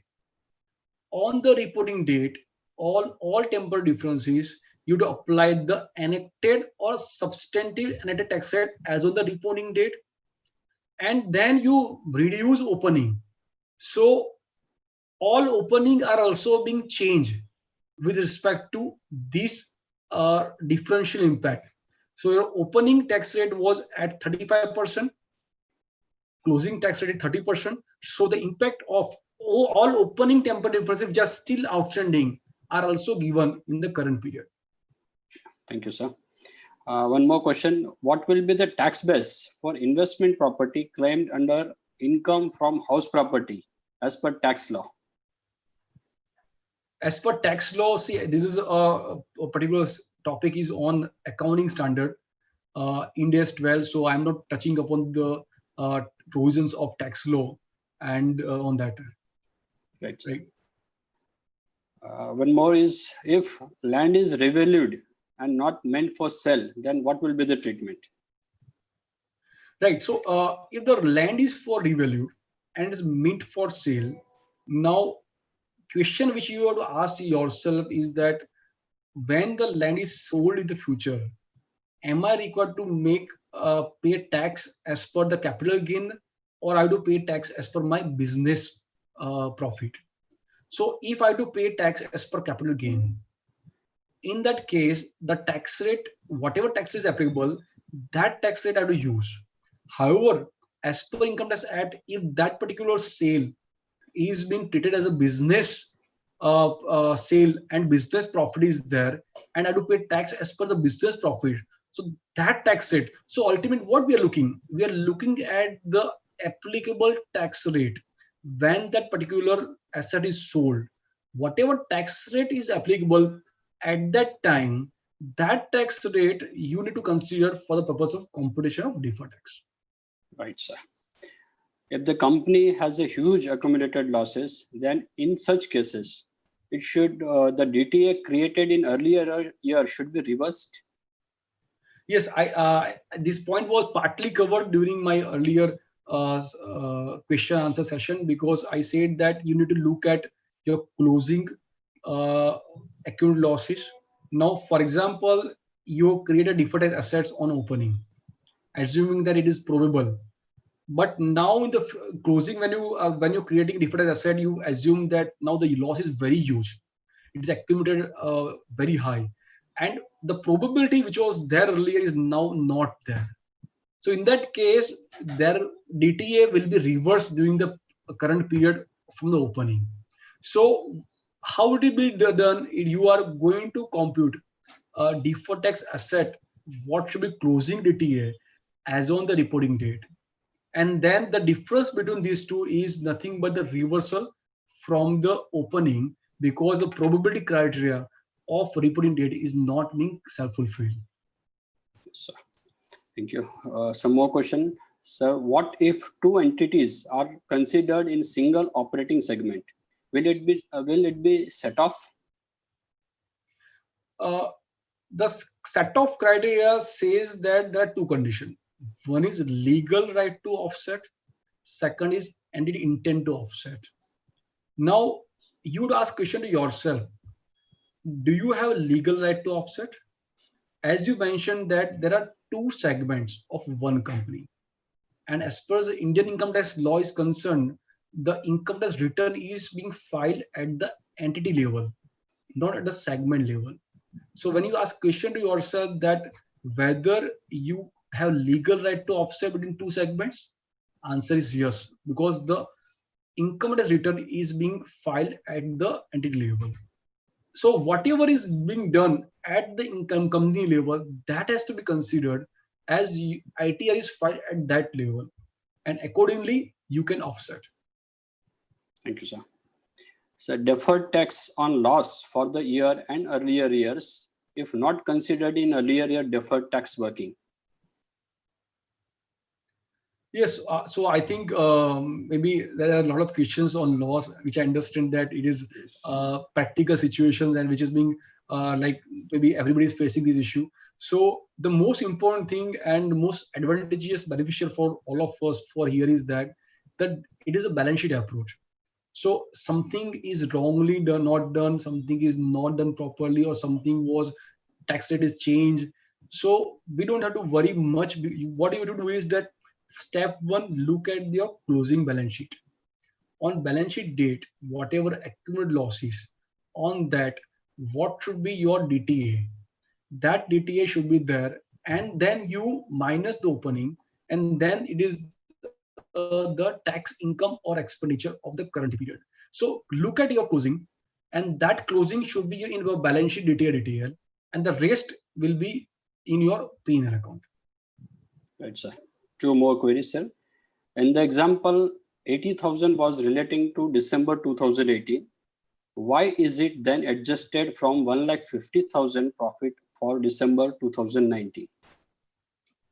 Right, in that example, basically what is happening, I will also touch upon a few concepts of that particular thing, because at the time also there are few persons have asked query about this concept.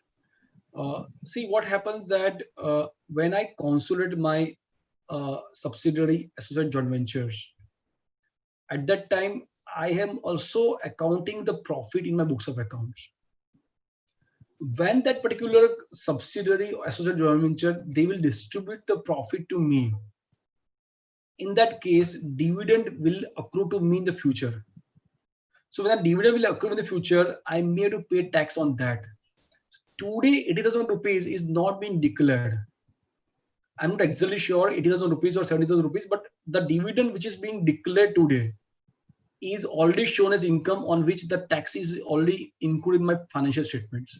But the income or dividend which is not declared, which is being paid in the future, on which a tax will be applicable in the future, on that we need to create deferred tax, because that amount when in the future will be declared, it will be payable by me. So it is a tax which is deferred to the future till the time of declaration dividend, Hence, we have to consider that deferred tax for the purpose of consolidation of financial statements. Right, sir. Some more queries. Deferred tax on provision for employees' benefit and provision for debts on receivables. Please explain the concept. Yeah, see, basically, I think whether it's a provision for employee benefits or whether it's provision for bad debt, ultimately, you need to look at the tax base and you have to compare with the carrying amount. So, is it a bad debt or is it employee? So, whether there's a temporary difference or not, I think that is the question which we need to look at. That if my tax base and carrying amount is different, then on temporary difference, basically I need to create deferred tax.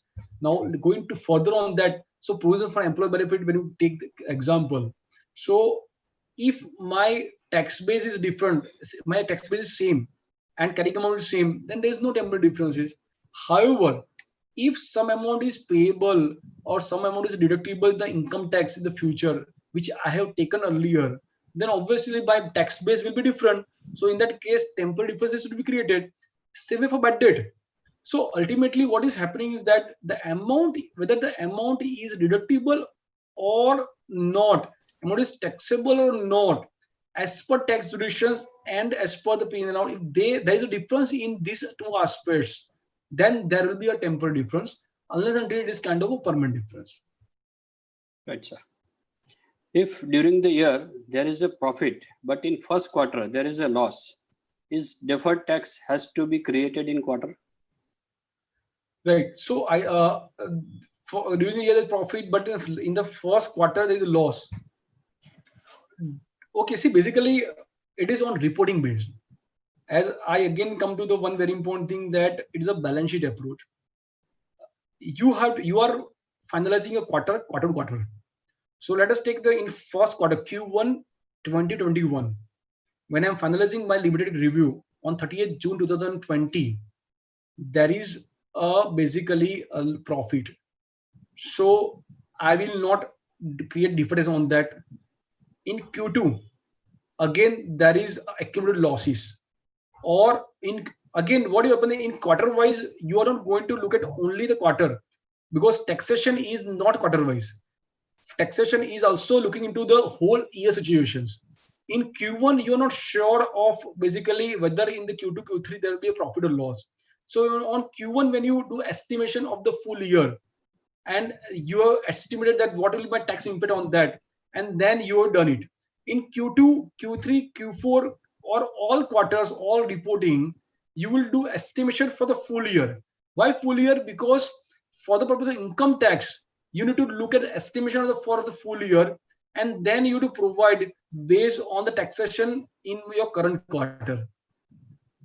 So accordingly, every quarterly, you have to create a taxation based on that quarterly impact. And at the year end, again, you have to apply the deferred tax. You have to apply 31st March 2021, whatever balances are there. On that differences, whatever is created, and then whatever quarter-wise impact you have done it, you minus that. So Q1, Q2, Q3, all three you can minus, and you can give residual impact in Q4. Right, sir. Last question from YouTube. That is, what shall be the accounting entry in case of recognition of deferred tax in case of compound financial instruments?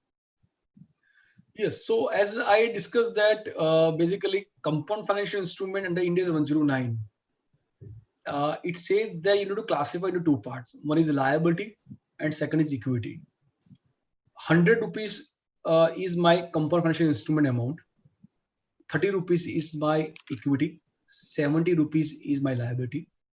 Now, 30 rupees is basically on what it will go to my equity component. So what will happen that I need to take deferred tax on 30 is created.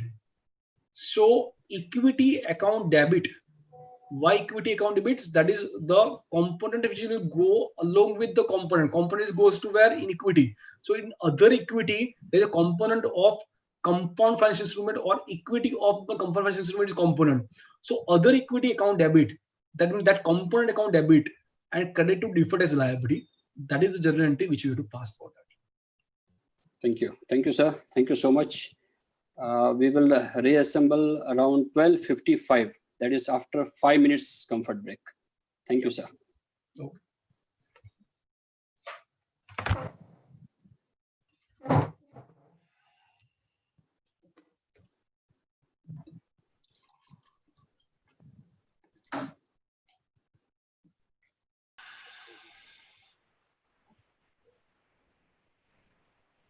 Radhakrishnan ji, good afternoon. Good afternoon, sir. Good afternoon, Yeah, sir. How are you? start. Mansukh bhai, start. Yes, yes, sir. Welcome back, friends, for the second session of IndAS 36 Empowerment of Assets. And sir, Chintan bhai, it's over to you. Yes, thank you so much, Manzuk bhai. It is really, I think, 5 minutes break was required. Yes. And you all been, yes, it also gives a time for all of you to have a little bit chat. So it also create a bonding, because sometimes what happens that technical session is there, but what we are missing in this life is that having interaction. Yes. And everybody is being working silos. Everybody is at home, office, but unless until we have to have interactions, we don't enjoy it. So this is something Absolutely, very, very important thing.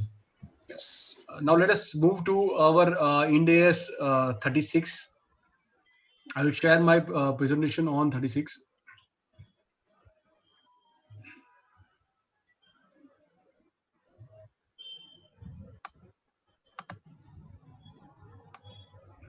Okay. So the impairment of assets. It's a standard. When I talk about this standard, first very important thing is that the difference is not very big as far as this standard is concerned compared to AS. Under AS 28, accounting standard 28 is under Indian GAAP talks about the impairment of assets. And Ind AS 36 is also on impairment of assets. The both are little bit same. There is not a difference on these both standards. But let us look at this particular standard to understand that what is the principle underlying that, how to do computation on, and which are the issues that can come when you do impairment of assets, when the impairment is required. So these are the few things which are being there. I think on the front page, first slide of impairment of assets, I have kept on left hand side, there is a couple is there, and there is a cross between both the things. So in one of my session, participants said, sir, this is not impairment of asset. It is impairment of liability. So I think with this lighter note, which I'm trying to say is that, yes, asset or liability is different. However, let us look at the how and where and what to do impairment of assets and when impairment is required. So in each standard, in my view, if we really want to learn the standard, the first and foremost is to look at the objective principles underlying the standard. Reason for issuing the standard is very important. So the objective for the standard is to ensure that the assets are carried at no more than their recoverable amount, and to define how recoverable amount is calculated. So primary talks about the situation where you need to ensure that when I have the value in my balance sheet of assets, the value of the assets shall be at least equal to recoverable amount. And wherever if I feel I have indicators that the amount in my balance sheet of assets is not at least recoverable amount, then this standard says you break down the amount to the recoverable. Because the age-old principle is what it is at conservative approach. So I shall not have the amount in my balance sheet as an asset which is higher than its worth. So if it is higher because of the ABC situations, then it is the principle which is underlying the standard which says that you need to bring down the value to the recoverable amount where this is a situation. So to ensure that the assets are carried at no more than their recoverable amount, and to define how recoverable amount is to be computed. So the standard talks about two things. One, just to ensure the carrying amount is at least equal to recovery amount, and second is that how you can compute the recovery amount. The principles, the methodology is being provided under this standard. The scope of standard Ind AS 36, it applies to all assets except Ind AS 2 inventory. Why? Under inventory standard, it says that inventory shall be measured at cost or net realizable value, whichever is lower. So there is already a inbuilt impairment provisions under standard itself, which says the cost or NRV which is lower. So this standard does not apply to inventory Ind AS 2. Contract assets that arising from the contract with customers. Ind AS 115 also have inbuilt provision that the contract assets shall not be more than the recoverable amount. So these kind of contract assets are excluded from the scope. Ind AS 12 income taxes, as we just discussed on deferred tax assets, that deferred tax assets recoverable amount and probable is a criteria, and it provides a detailed guidance that how to and how much to recognize for deferred tax assets. So that particular standards we wanted to refer for impairment for DTA. 700 Ind AS 19, if any asset is created, there is a requirement to do actual evaluations, and there is requirement to have a look at into the provisions and standards Ind AS 19. For 109 financial instruments, there is separate provisions which talks about impairment of financial assets, which requires you to recognize impairment loss on financial assets. So that is 109 talks about that. For biological assets that are measured at fair value cost to sales, you can refer to Ind AS 41. It has already a provision which talks about measurement at fair value cost to sales. Ind AS 104 insurance contract, which has inbuilt provisions to ensure that the assets are not more than the recoverable amount. And lastly, but not least, is on Ind AS 105, that it is a non-current asset held for sale and discontinued operations. So for non-current asset held for sale, the 105 talks about measurement at lower of carrying amount and fair value cost to sales.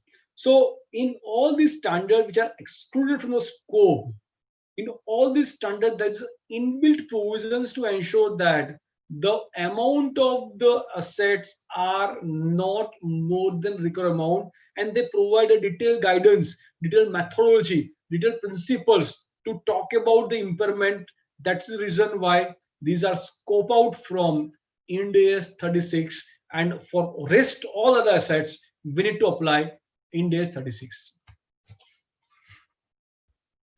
There is always one question about the difference between impairment and depreciations.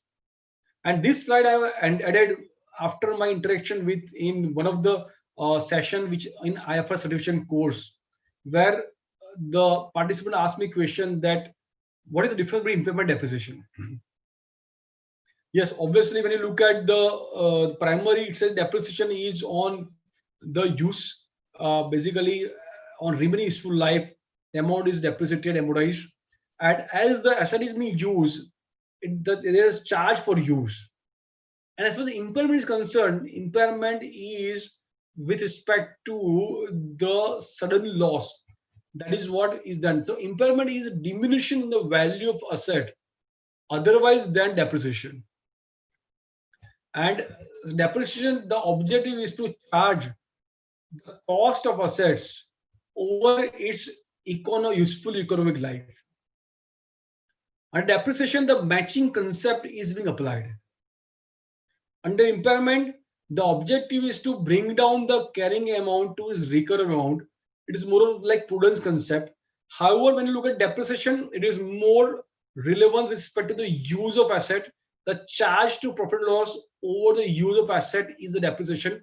In the impairment, it is more of a sudden change and sudden loss of value, and that is being recorded by way of the impairment charge under profit and loss. Now, impairment, when you talk about how and where there is impairment, the impairment is there. For that, we need to compare carrying amount with the recoverable amount. When we talk about Ind AS 12 income taxes, We're comparing carrying amount with the tax base, and then on temporal differences, we talk about the deferred tax assets and deferred liability. As we look at the objective of the standard Ind AS 36, the objective is that to ensure that the assets are not being carried at the amount higher than recoverable amount. That is the main objective. So that is the reason why we need to compare carrying amount with recoverable amount. And if the carrying amount is higher than recoverable amount, then the difference is called impairment loss. So carrying amount is minus recoverable amount is my impairment loss. And as we discussed in the objective, that how to measure recoverable amount, and for that recoverable amount is being taken as higher of net selling price, or it is called as fair value less cost to sell, or value in use. So these are the two main measurement approaches which are there for the recoverable amount. Recoverable amount is what? Higher of net selling price or value in use. So if value in use is higher than net selling price, you may not compute net selling price and you can go at value in use. If the net selling price is already higher than value in use, you may not compute value in use in detail, and you can consider it as a net selling price as a base. So these both are the very important thing for the purpose of arriving at recoverable amount. Let us look at the very important definitions, which are very basic definitions, but is required for understanding and to ensure that we are on the same page. Carrying amount is the amount at which an asset is recognized in the statement of financial position after deducting accumulated depreciation and accumulated impairment losses. Fair value is a price that would be received to sell an asset or paid to transfer a liability in an orderly transaction between market participants at the measurement date. There is a new standard, Ind AS 115 of fair value, 113 fair value measurement, which talks about the detail on how to measure fair value. Value in use is the discounted present value of estimated future cash flows expected to arise from its disposal at the end of its useful life. So what is here is that value in use is basically by use. If you use the asset, what is the value you perceive to be received over the period? The present value of that value is called value in use. And when you talk about the second approach of net selling price, where we are talking about if I sell, then how much amount I will fetch, how much amount I will receive it. So where we need to also reduce the cost of disposal. So fair value less cost of disposal and value in use, they both need to be computed, and higher of these two is my recoverable amount, and that recoverable amount will compare the carrying amount, and if the carrying amount is higher than recoverable amount, then the differential amount is called impairment loss. Let us look at the frequency of impairment testing. So at what period I have to do impairment testing? When I have to do impairment testing? First, it says that you have to assess at the end of each reporting period whether there is any indication of impairment. So if I have a quarterly reporting, if I have a half-year reporting, if I have monthly reporting, I have an annual reporting, at the end of each reporting period, I need to assess about impairment indicators. If there are impairment indicators are there, then I may have to do impairment testing. In three situations, in three cases, irrespective of the indicators of impairment, at least annual impairment testing is mandatory. So even though there is no indicators, the company's business is doing fantastically well, all profit is increasing, business is very good, There is no point that there is going to be basically impairment, but still in these three cases, impairment testing annual is mandatory. First, intangible assets with indefinite useful life. You must have gone through the standard of intangible assets where it mentioned that the useful life of intangible assets can be finite or it can be indefinite. And where the intangible assets useful life is indefinite, in that case, impairment testing annually is required. Second, intangible assets that are not available for use. I have taken purchase intangible asset, but they are not still available for use, are not amortized. So when there is no amortization charge is there, standard says that you have to have impairment testing. Third, goodwill that is acquired in business combination. So whether the goodwill is there, as goodwill is not being amortized, impairment testing is required. See, if you look at the logic of these three things, that where there is no amortization, where there is no depreciation, in that case, you have to have ensured that the amount of asset is not more than recovered amount. So that is possible only when you have impairment testing. This impairment testing is called three-stage approach. Stage 1 is on indicators of impairment. That means wherever you have impairment indicators, as I discussed that there are three situations irrespective of the indicators, impairment testing is required. However, in normal cases, if you have a first, you find that the indicators are there. The business is not doing very good. The possibility of the losses, technological advancements, the company in such a phase that it's possible that it may be possible that few units may not be workable. So there are indicators of impairment. The indicators of impairment can be actually internal or it can be external indicators. So whether there are indicators of impairment, stage 1. Second stage is that determine recoverable amount. So indicators of impairment are there, and then you have to do impairment testing. So when you have to do impairment testing, the step 1 is that recoverable amount you have to decide. And that recoverable amount you have to compare with the carrying amount. But recoverable amount, how to determine recoverable amount? You have to either do value in use or fair value cost to sales or both. And higher of these two is your recoverable amount. Stage 3 is if the carrying amount is more than recoverable amount, the difference between these two is my impairment loss. So you reduce, pull down the carrying amount to recoverable amount.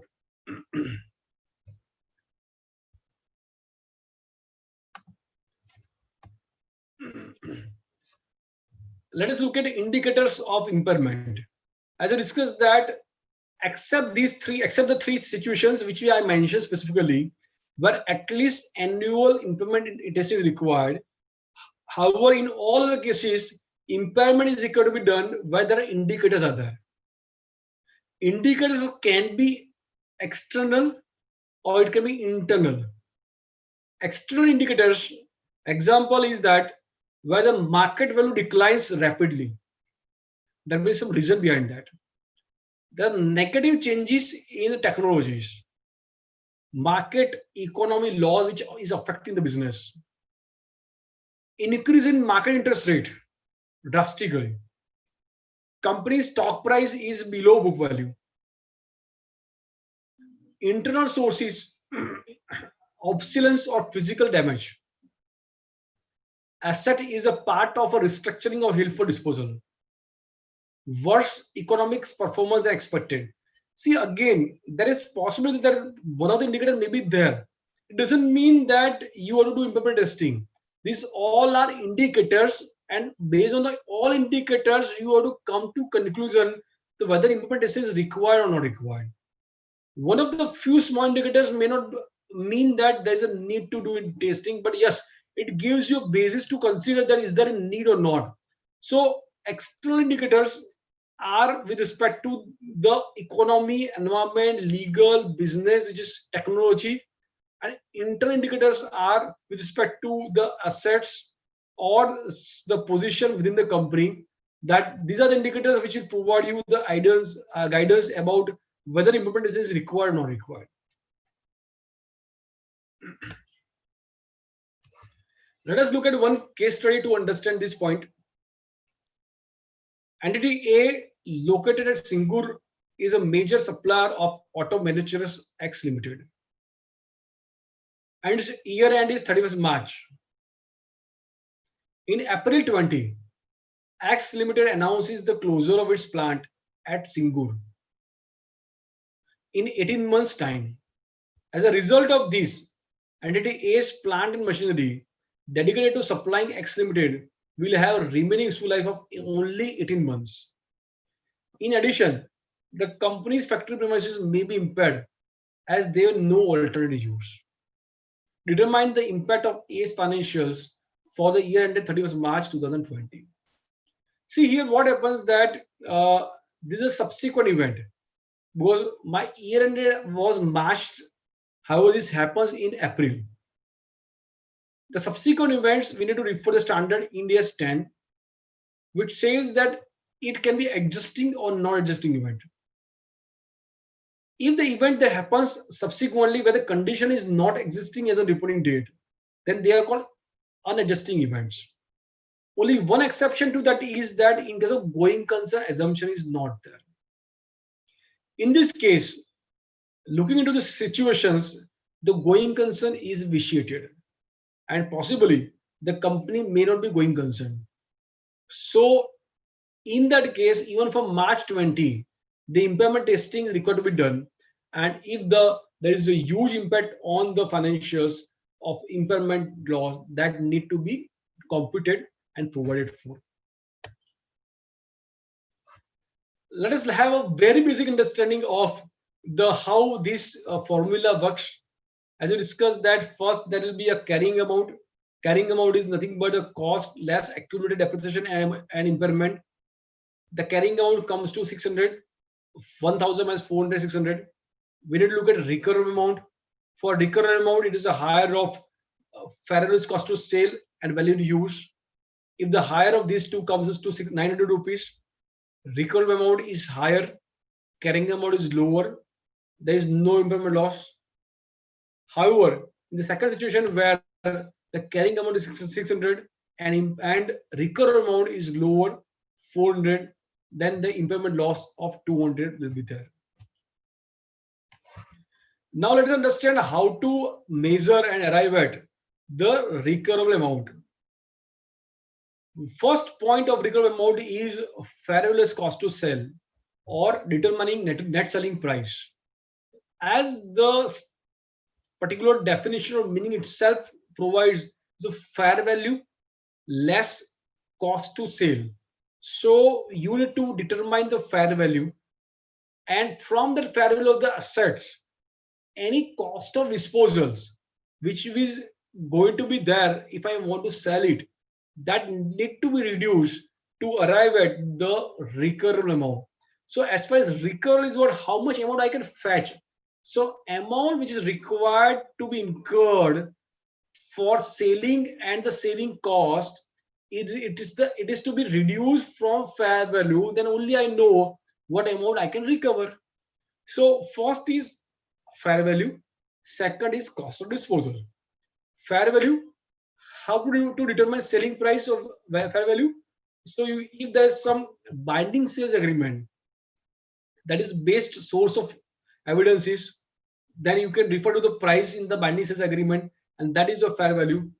If it is not that, you can look at the current or most recent market price. If it is not that, you can look at the based on recent transaction of similar asset within same industry.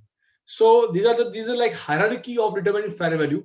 It is originally from Ind AS 113 fair value. So first binding sales agreement, second not available, go to the current or most recent market price. If it is not available, go to the recent transaction of similar asset within the same industry. Then comes the cost of disposal. The cost of disposal, as I mentioned, that the objective is to identify the amount which is recoverable. So that means you need to also reduce the amount of cost which you have to incur for that to recover the amount. So direct incremental cost to bring the asset into condition for sale, legal cost, stamp duty, cost of removing asset, these all are directly relevant to this particular sale. These need to be reduced from my fair value to understand and to determine the amount of recoverable cost for fair value cost to sale. Now let us understand how to determine recoverable amount for value in use. Value in use, it means that if I continue to use the assets, what is the value being fetched by the company if they use the particular assets? That has been determined by value in use. So what is done here is that in generally, practically I've seen in most of the cases, the value in use will be determined by way of using the projected cash flows. So wherein the present value of the estimated future cash flows that are expected to arise from continuing use of the asset and disposal at the end of its useful life, they both are considered. So what is done first? You need to have the projection of the future cash flows. And when you do projection of the future cash flows, it's not only the use, but also in case you sell the asset, how much amount you can fetch, that both need to be considered. So cash flow of that estimation, you have to do it for next future years. Then you need to do discounting, because the objective is to determine recoverable amount of today, because we're comparing the recoverable amount with the carrying amount as of the reporting date. So if the amount is to be receivable after 10 years, the worth of today is less. So then comes applying a discount rate to the projected cash flows, and then do get the present value. And that present value is the recoverable amount, and that recoverable amount you have to compare with the carrying amount. And in that case, if there is a loss, it's the impairment loss. For DCF calculations, the most important things are two. One is the cash flows, and second is discounted. Now, here let us look at the cash generating unit, CGU. How this concept of CGU come into picture? If any asset is impaired, or if there are indicators of any asset being impaired, standard says that you to do impairment testing at the asset level, and you determine the value in use and the fair value cost to sale of that asset, and then you impair it.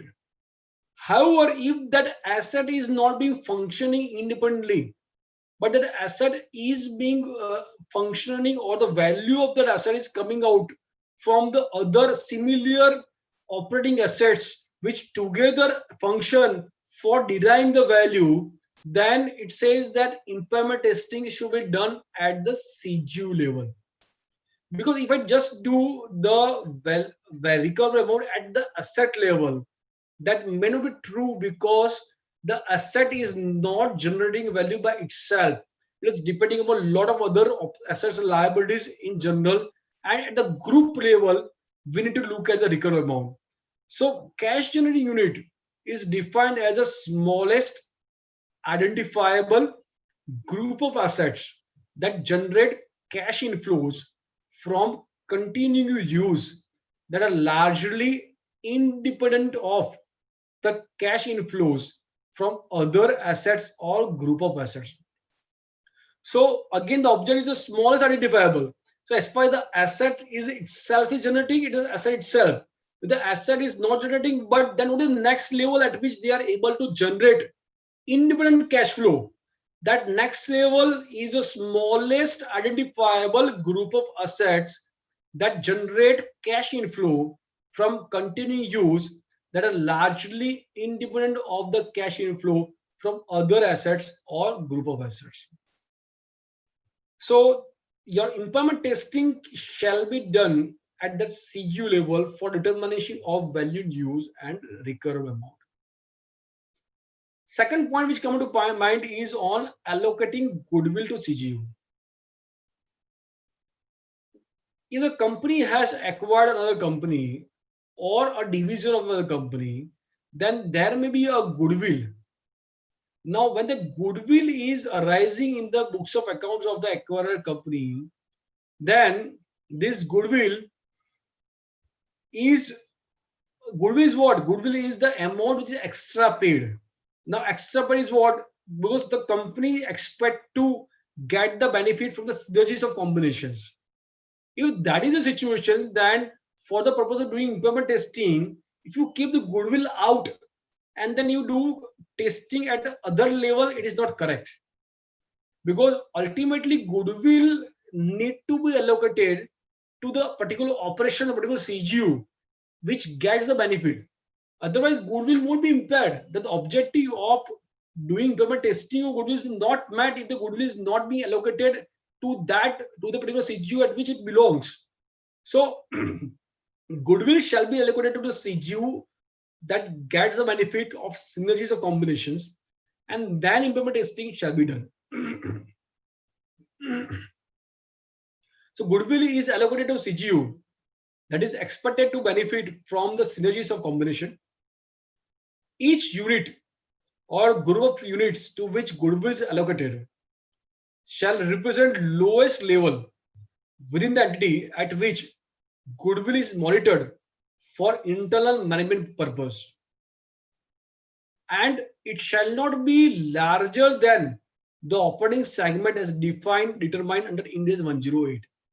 So this is the way CGU goodwill shall be allocated to CGU.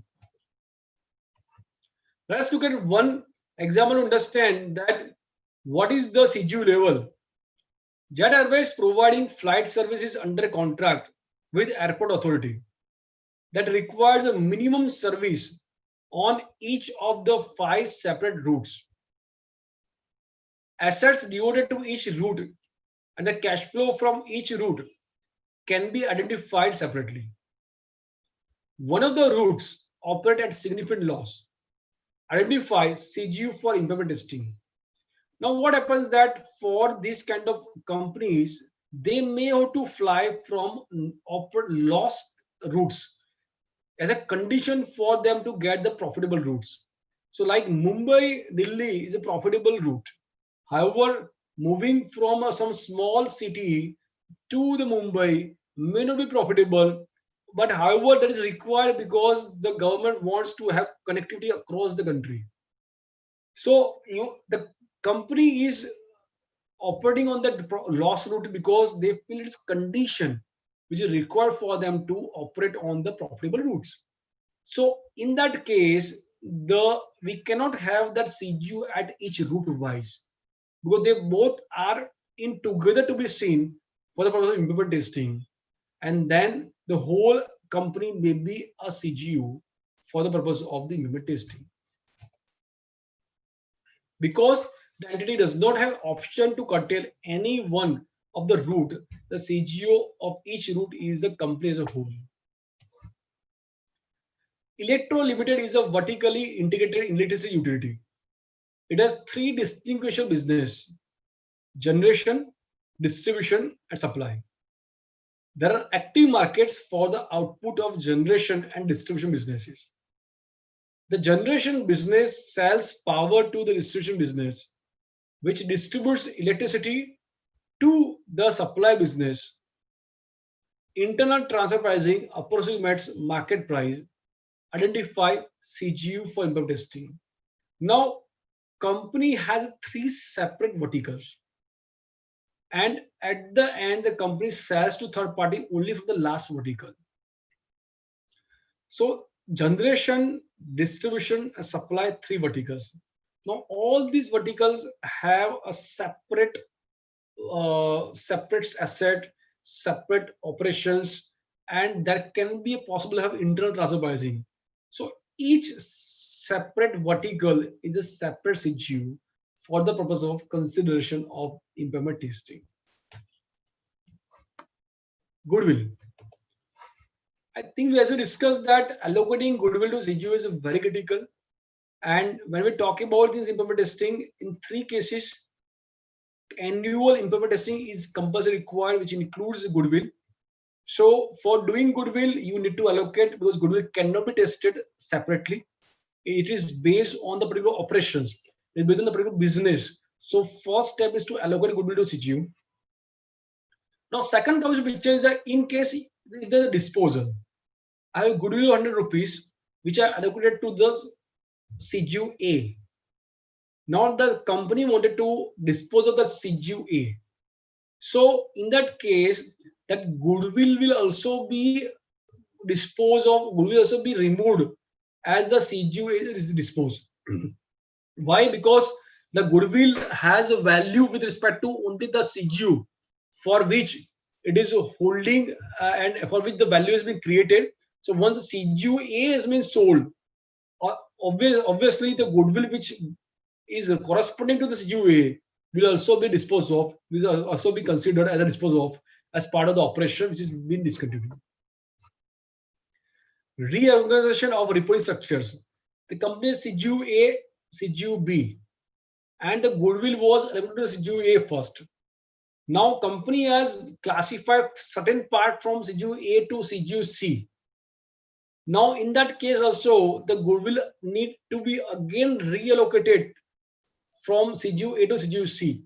See, objective is what? Objective is that the goodwill itself has no value. Goodwill is for a particular operations, and the operations of CGU to which it pertains, the goodwill shall be along with that. So when you have a carrying amount, the carrying amount is what? Carrying amount is not only the carrying amount with that particular CGU, carrying amount shall always include the amount of goodwill to which that particular CGU pertains.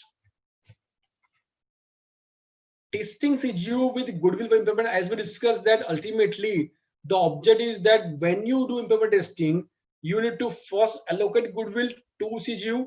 Second, your carrying amount is a CGU carrying amount plus goodwill which is allocated, and then they both are being compared with the recurring amount for the purpose of basically testing of this goodwill. Next point is on corporate assets. The question which will come here is that how to allocate corporate assets. We discussed about goodwill, but what about corporate assets? Corporate assets are like head office building, which is common to across all CGUs.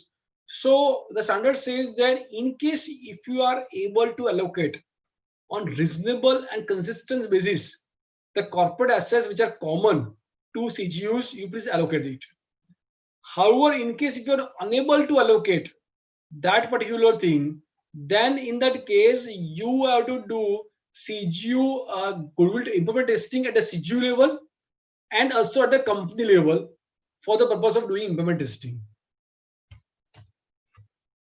Timing of impairment test. Now, as we discussed, the impairment testing should be done at each reporting date annually, at least for the purpose of 3 things. However, for others, wherever there is impairment indicators are there, at every indicators you will do impairment testing. So the question may comes that we talk about that we will do annual impairment testing. So every year I will do fresh calculations, every year I will do the same thing, or can I use the last year calculations? The standard says that yes, you can use the latest calculations for the purpose of your impairment testing. However, please ensure that basically there is not a huge change, there is not major change from the business from last year to current year. Second thing is that last time when you do calculations, the recoverable amount was very high compared to carrying amount. And third thing is that even if you do complete fresh calculations, it is 100% chances are there where you are going to conclude that the recoverable amount is very high.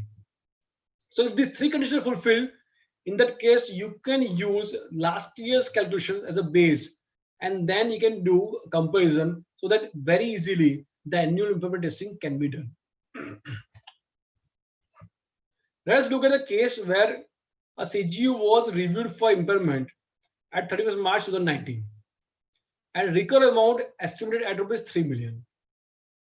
Recoverable amount was based on FVLCTS, that is fair value cost to sale.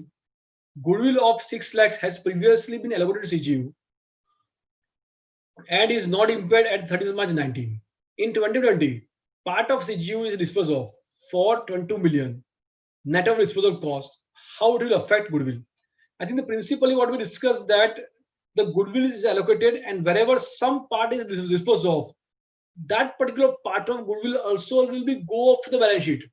You can't keep the goodwill throughout for lifetime, as the part to which the goodwill belongs, if that is disposed of, the particular part or portion will also be moved out of the balance sheet.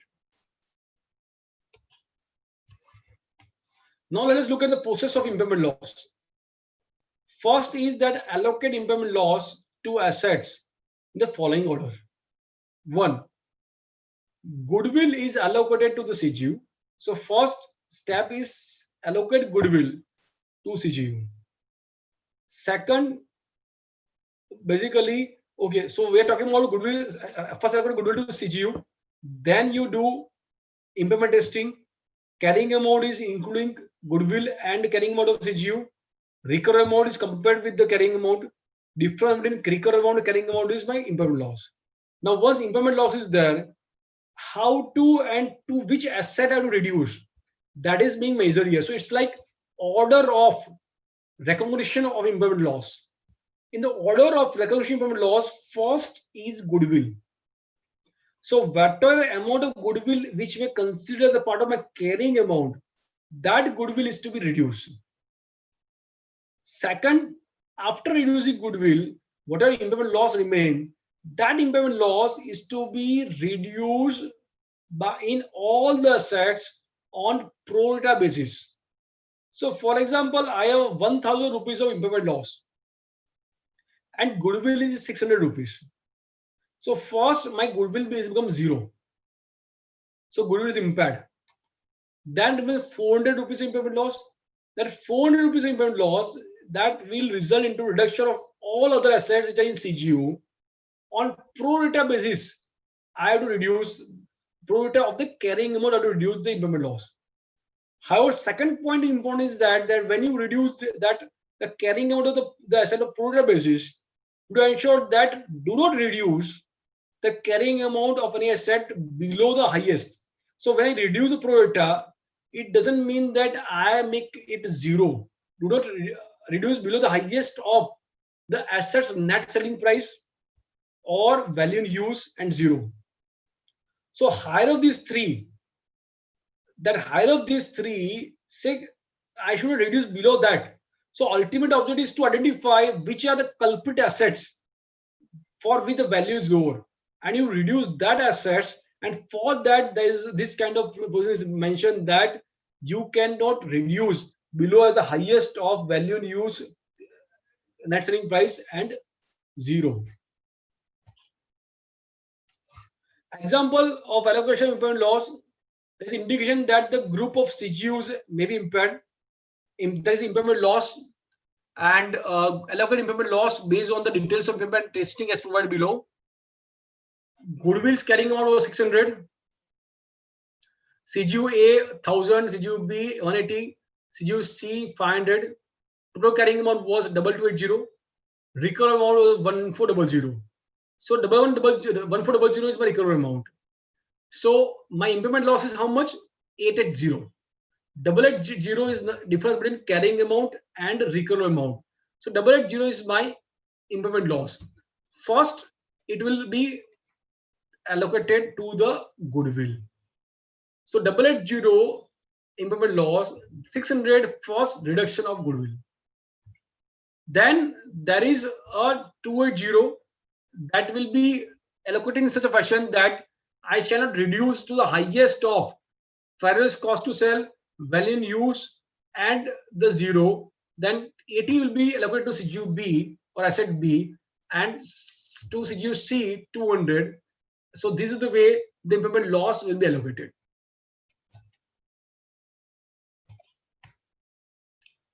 Now let us discuss about the reversal of impairment loss.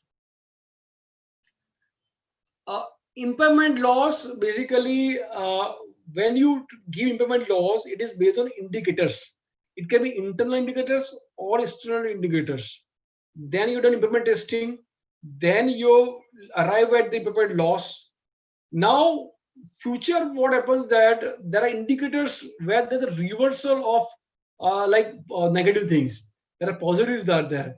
So internal and external indicators for reversal, if change in the estimates used to determine recoverable amount, and on reversal of impairment loss.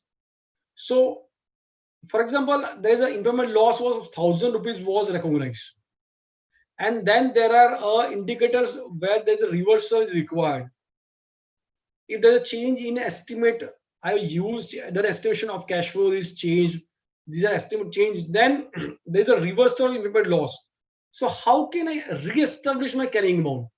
So when I reverse impairment loss, I will increase carrying amount, because when I charge impairment loss, at that time my carrying amount was reduced.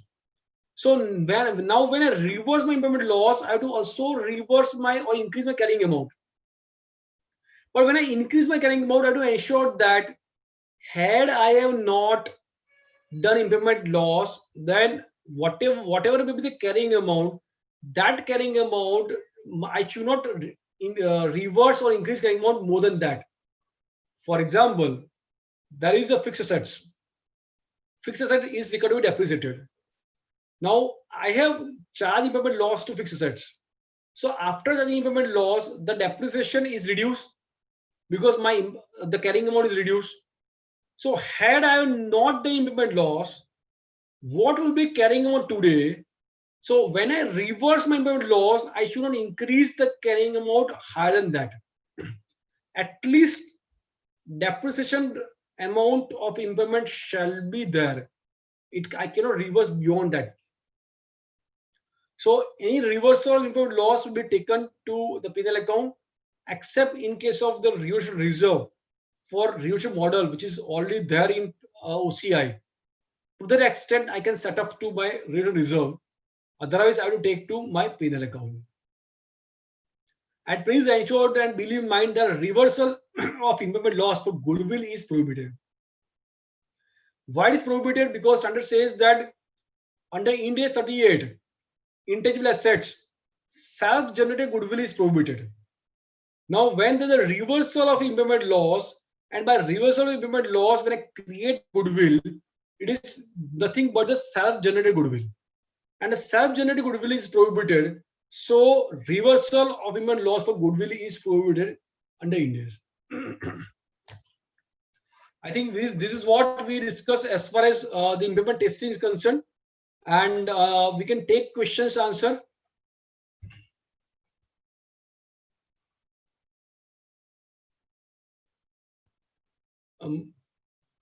Vagila bhai. Yes, sir.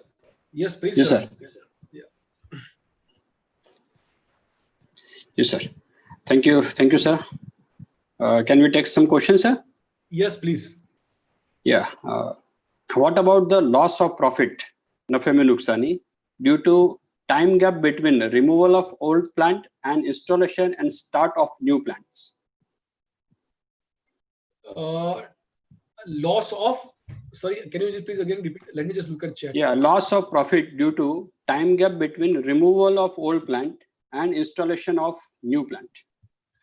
Yeah, see, basically, we are talking about actually impairment testing. So you need to compare the carrying amount with the recovery amount. And for recovery amount, it is higher. Now, short time period is not very critical for impairment testing, as you are aware that for value in use, we're going to consider all future cash flows. So there may be a temporary drop down. However, value in use is we will consider all your future cash flows, and recurrent amount is nothing but a higher of value in use and the fair value cost to sale. So in that case, recurrent amount is bound to be higher, and there is no need to create there won't be any impairment loss because of the temporary loss period as you mentioned. Right, sir. Sir, assets in the nature of administrative purpose does not generate any value. Please explain. basically we can't say that assets of adversary can't generate value. The reason is that we all are aware that there are a lot of back office staff is there. We can't say that accounting, auditing are also the back office thing. So all have basically value for the purpose of business, and these all are providing direct and indirect support for the purpose of the value generation. So that is the reason why anything which is not directly relevant to the particular CGU, but it is common, like corporate asset, which I give you example of corporate assets. So in that case, you have to allocate corporate assets to the particular CGU, and then you can do impairment testing. Right, sir. Sir, for infrastructure company, Mumbai to Goa route, how to work out impairment of part of the routes which is destroyed by rain or otherwise, in addition to substantial loss due to COVID? If anybody can ask, give me that question answer. Mumbai to Goa route, when you say means what do you mean by that? So you're saying aircraft industry. I think if you can elaborate, anybody can elaborate. Can you allow the question queries to infrastructure? It's an infrastructure company, and how to work out the impairment of part of the routes which is destroyed by rain or otherwise, in addition to the substantial loss due to COVID. Destroyed by rain. Yeah, rain or otherwise, natural calamities. Okay, fine. Yeah. So basically, what I understand that there's an infrastructure as a company is there. The company is having the assets. Assets are capitalized, which is not inventory, which is my property and equipment. And because of the COVID-19 or others, the recoverable amount of that asset is lower than carrying amount. In that case, there has to be a impairment loss. And that you need to, again, so what you do is you do arrive at a recovered amount. So if you use that particular asset, how much amount you're going to get? So you first look at value in use. If the asset is not usable, then you can look at the sale price. And what is the amount to be realizable if you sell the asset? So higher these two is your recoverable amount. And that recoverable amount, if is coming lower than carrying amount, the differential is impairment loss which you have to charge. Right, sir. Thank you. Sir, depreciation on next year after impairment, if reversed of impairment, what will be the treatment for depreciation? So basically, what will happen that your depreciation will be charged on your revise or net of your carrying amount. For example, today my carrying amount is 100 rupees. Depreciation I have charged 10 rupees. 90 is carrying amount after depreciation.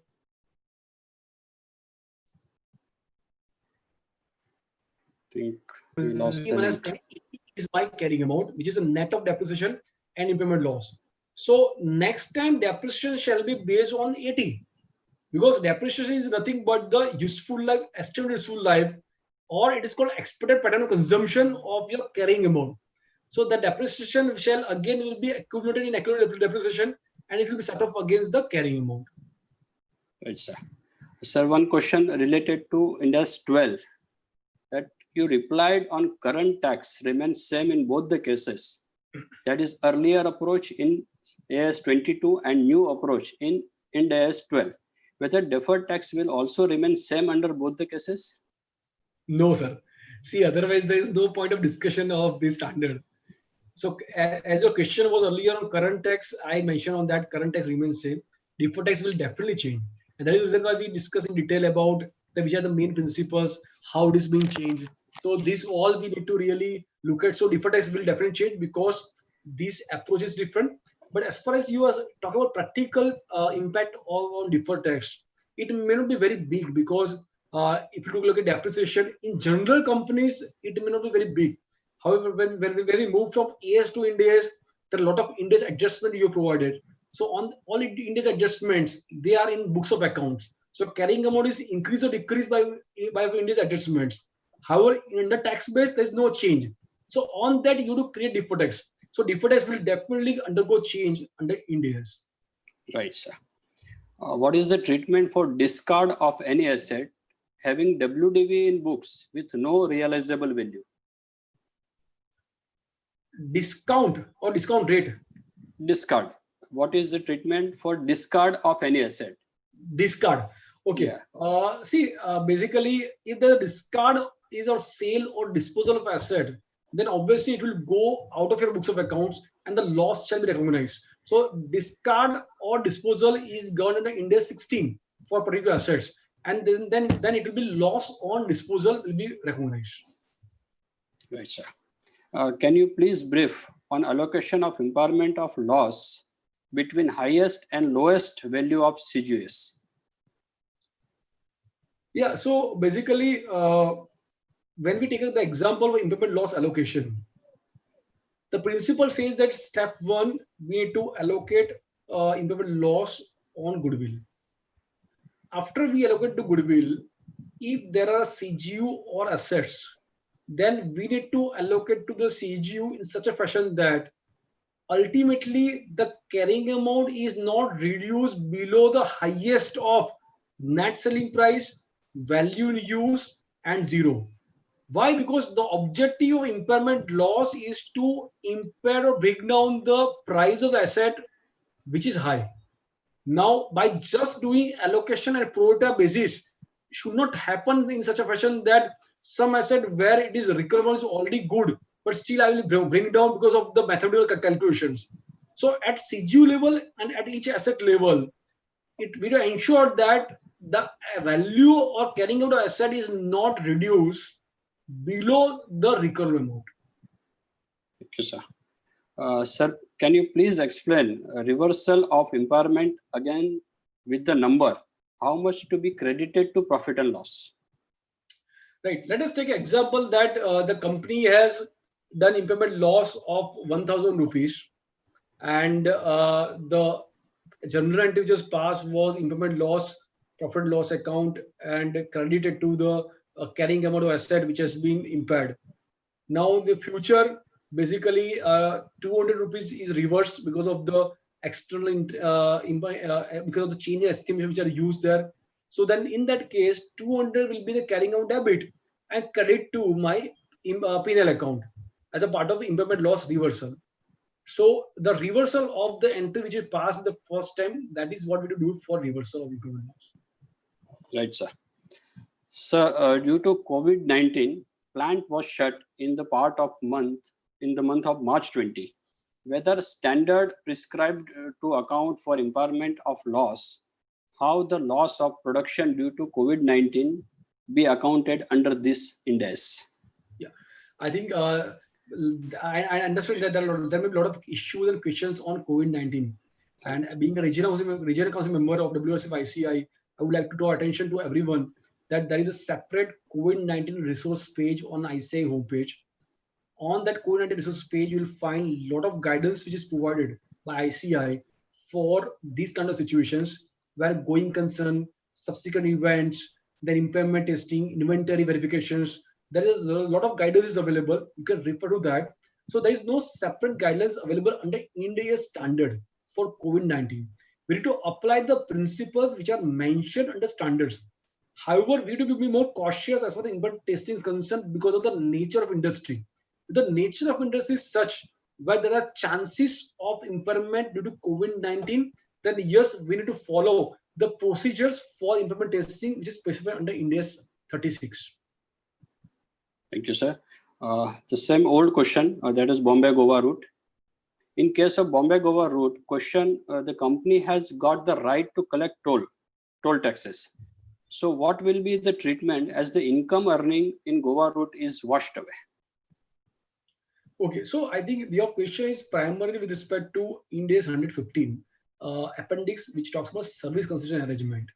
So we need to look at the financial assets and receivable, which is created under Ind AS 115, and then you need to do impairment testing for the amount to be receivable.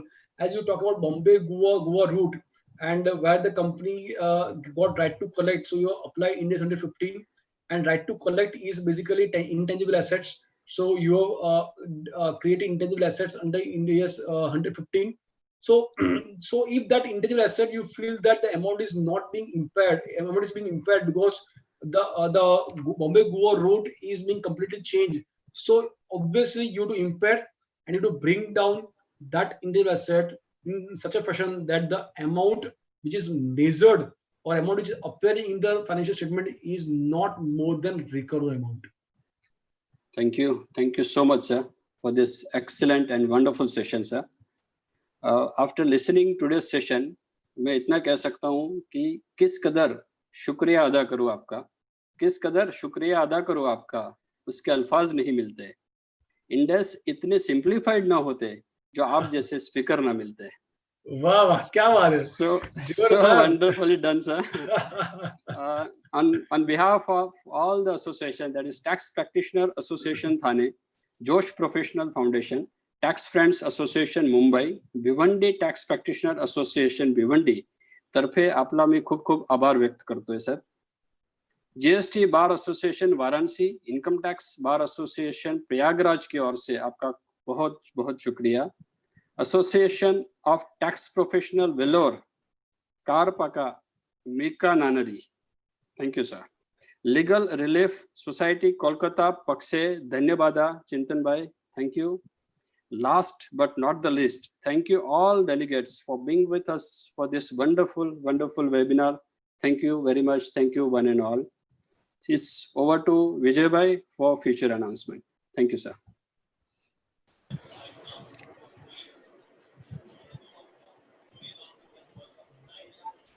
Unmute. Unmute. Vijay bhai, unmute please.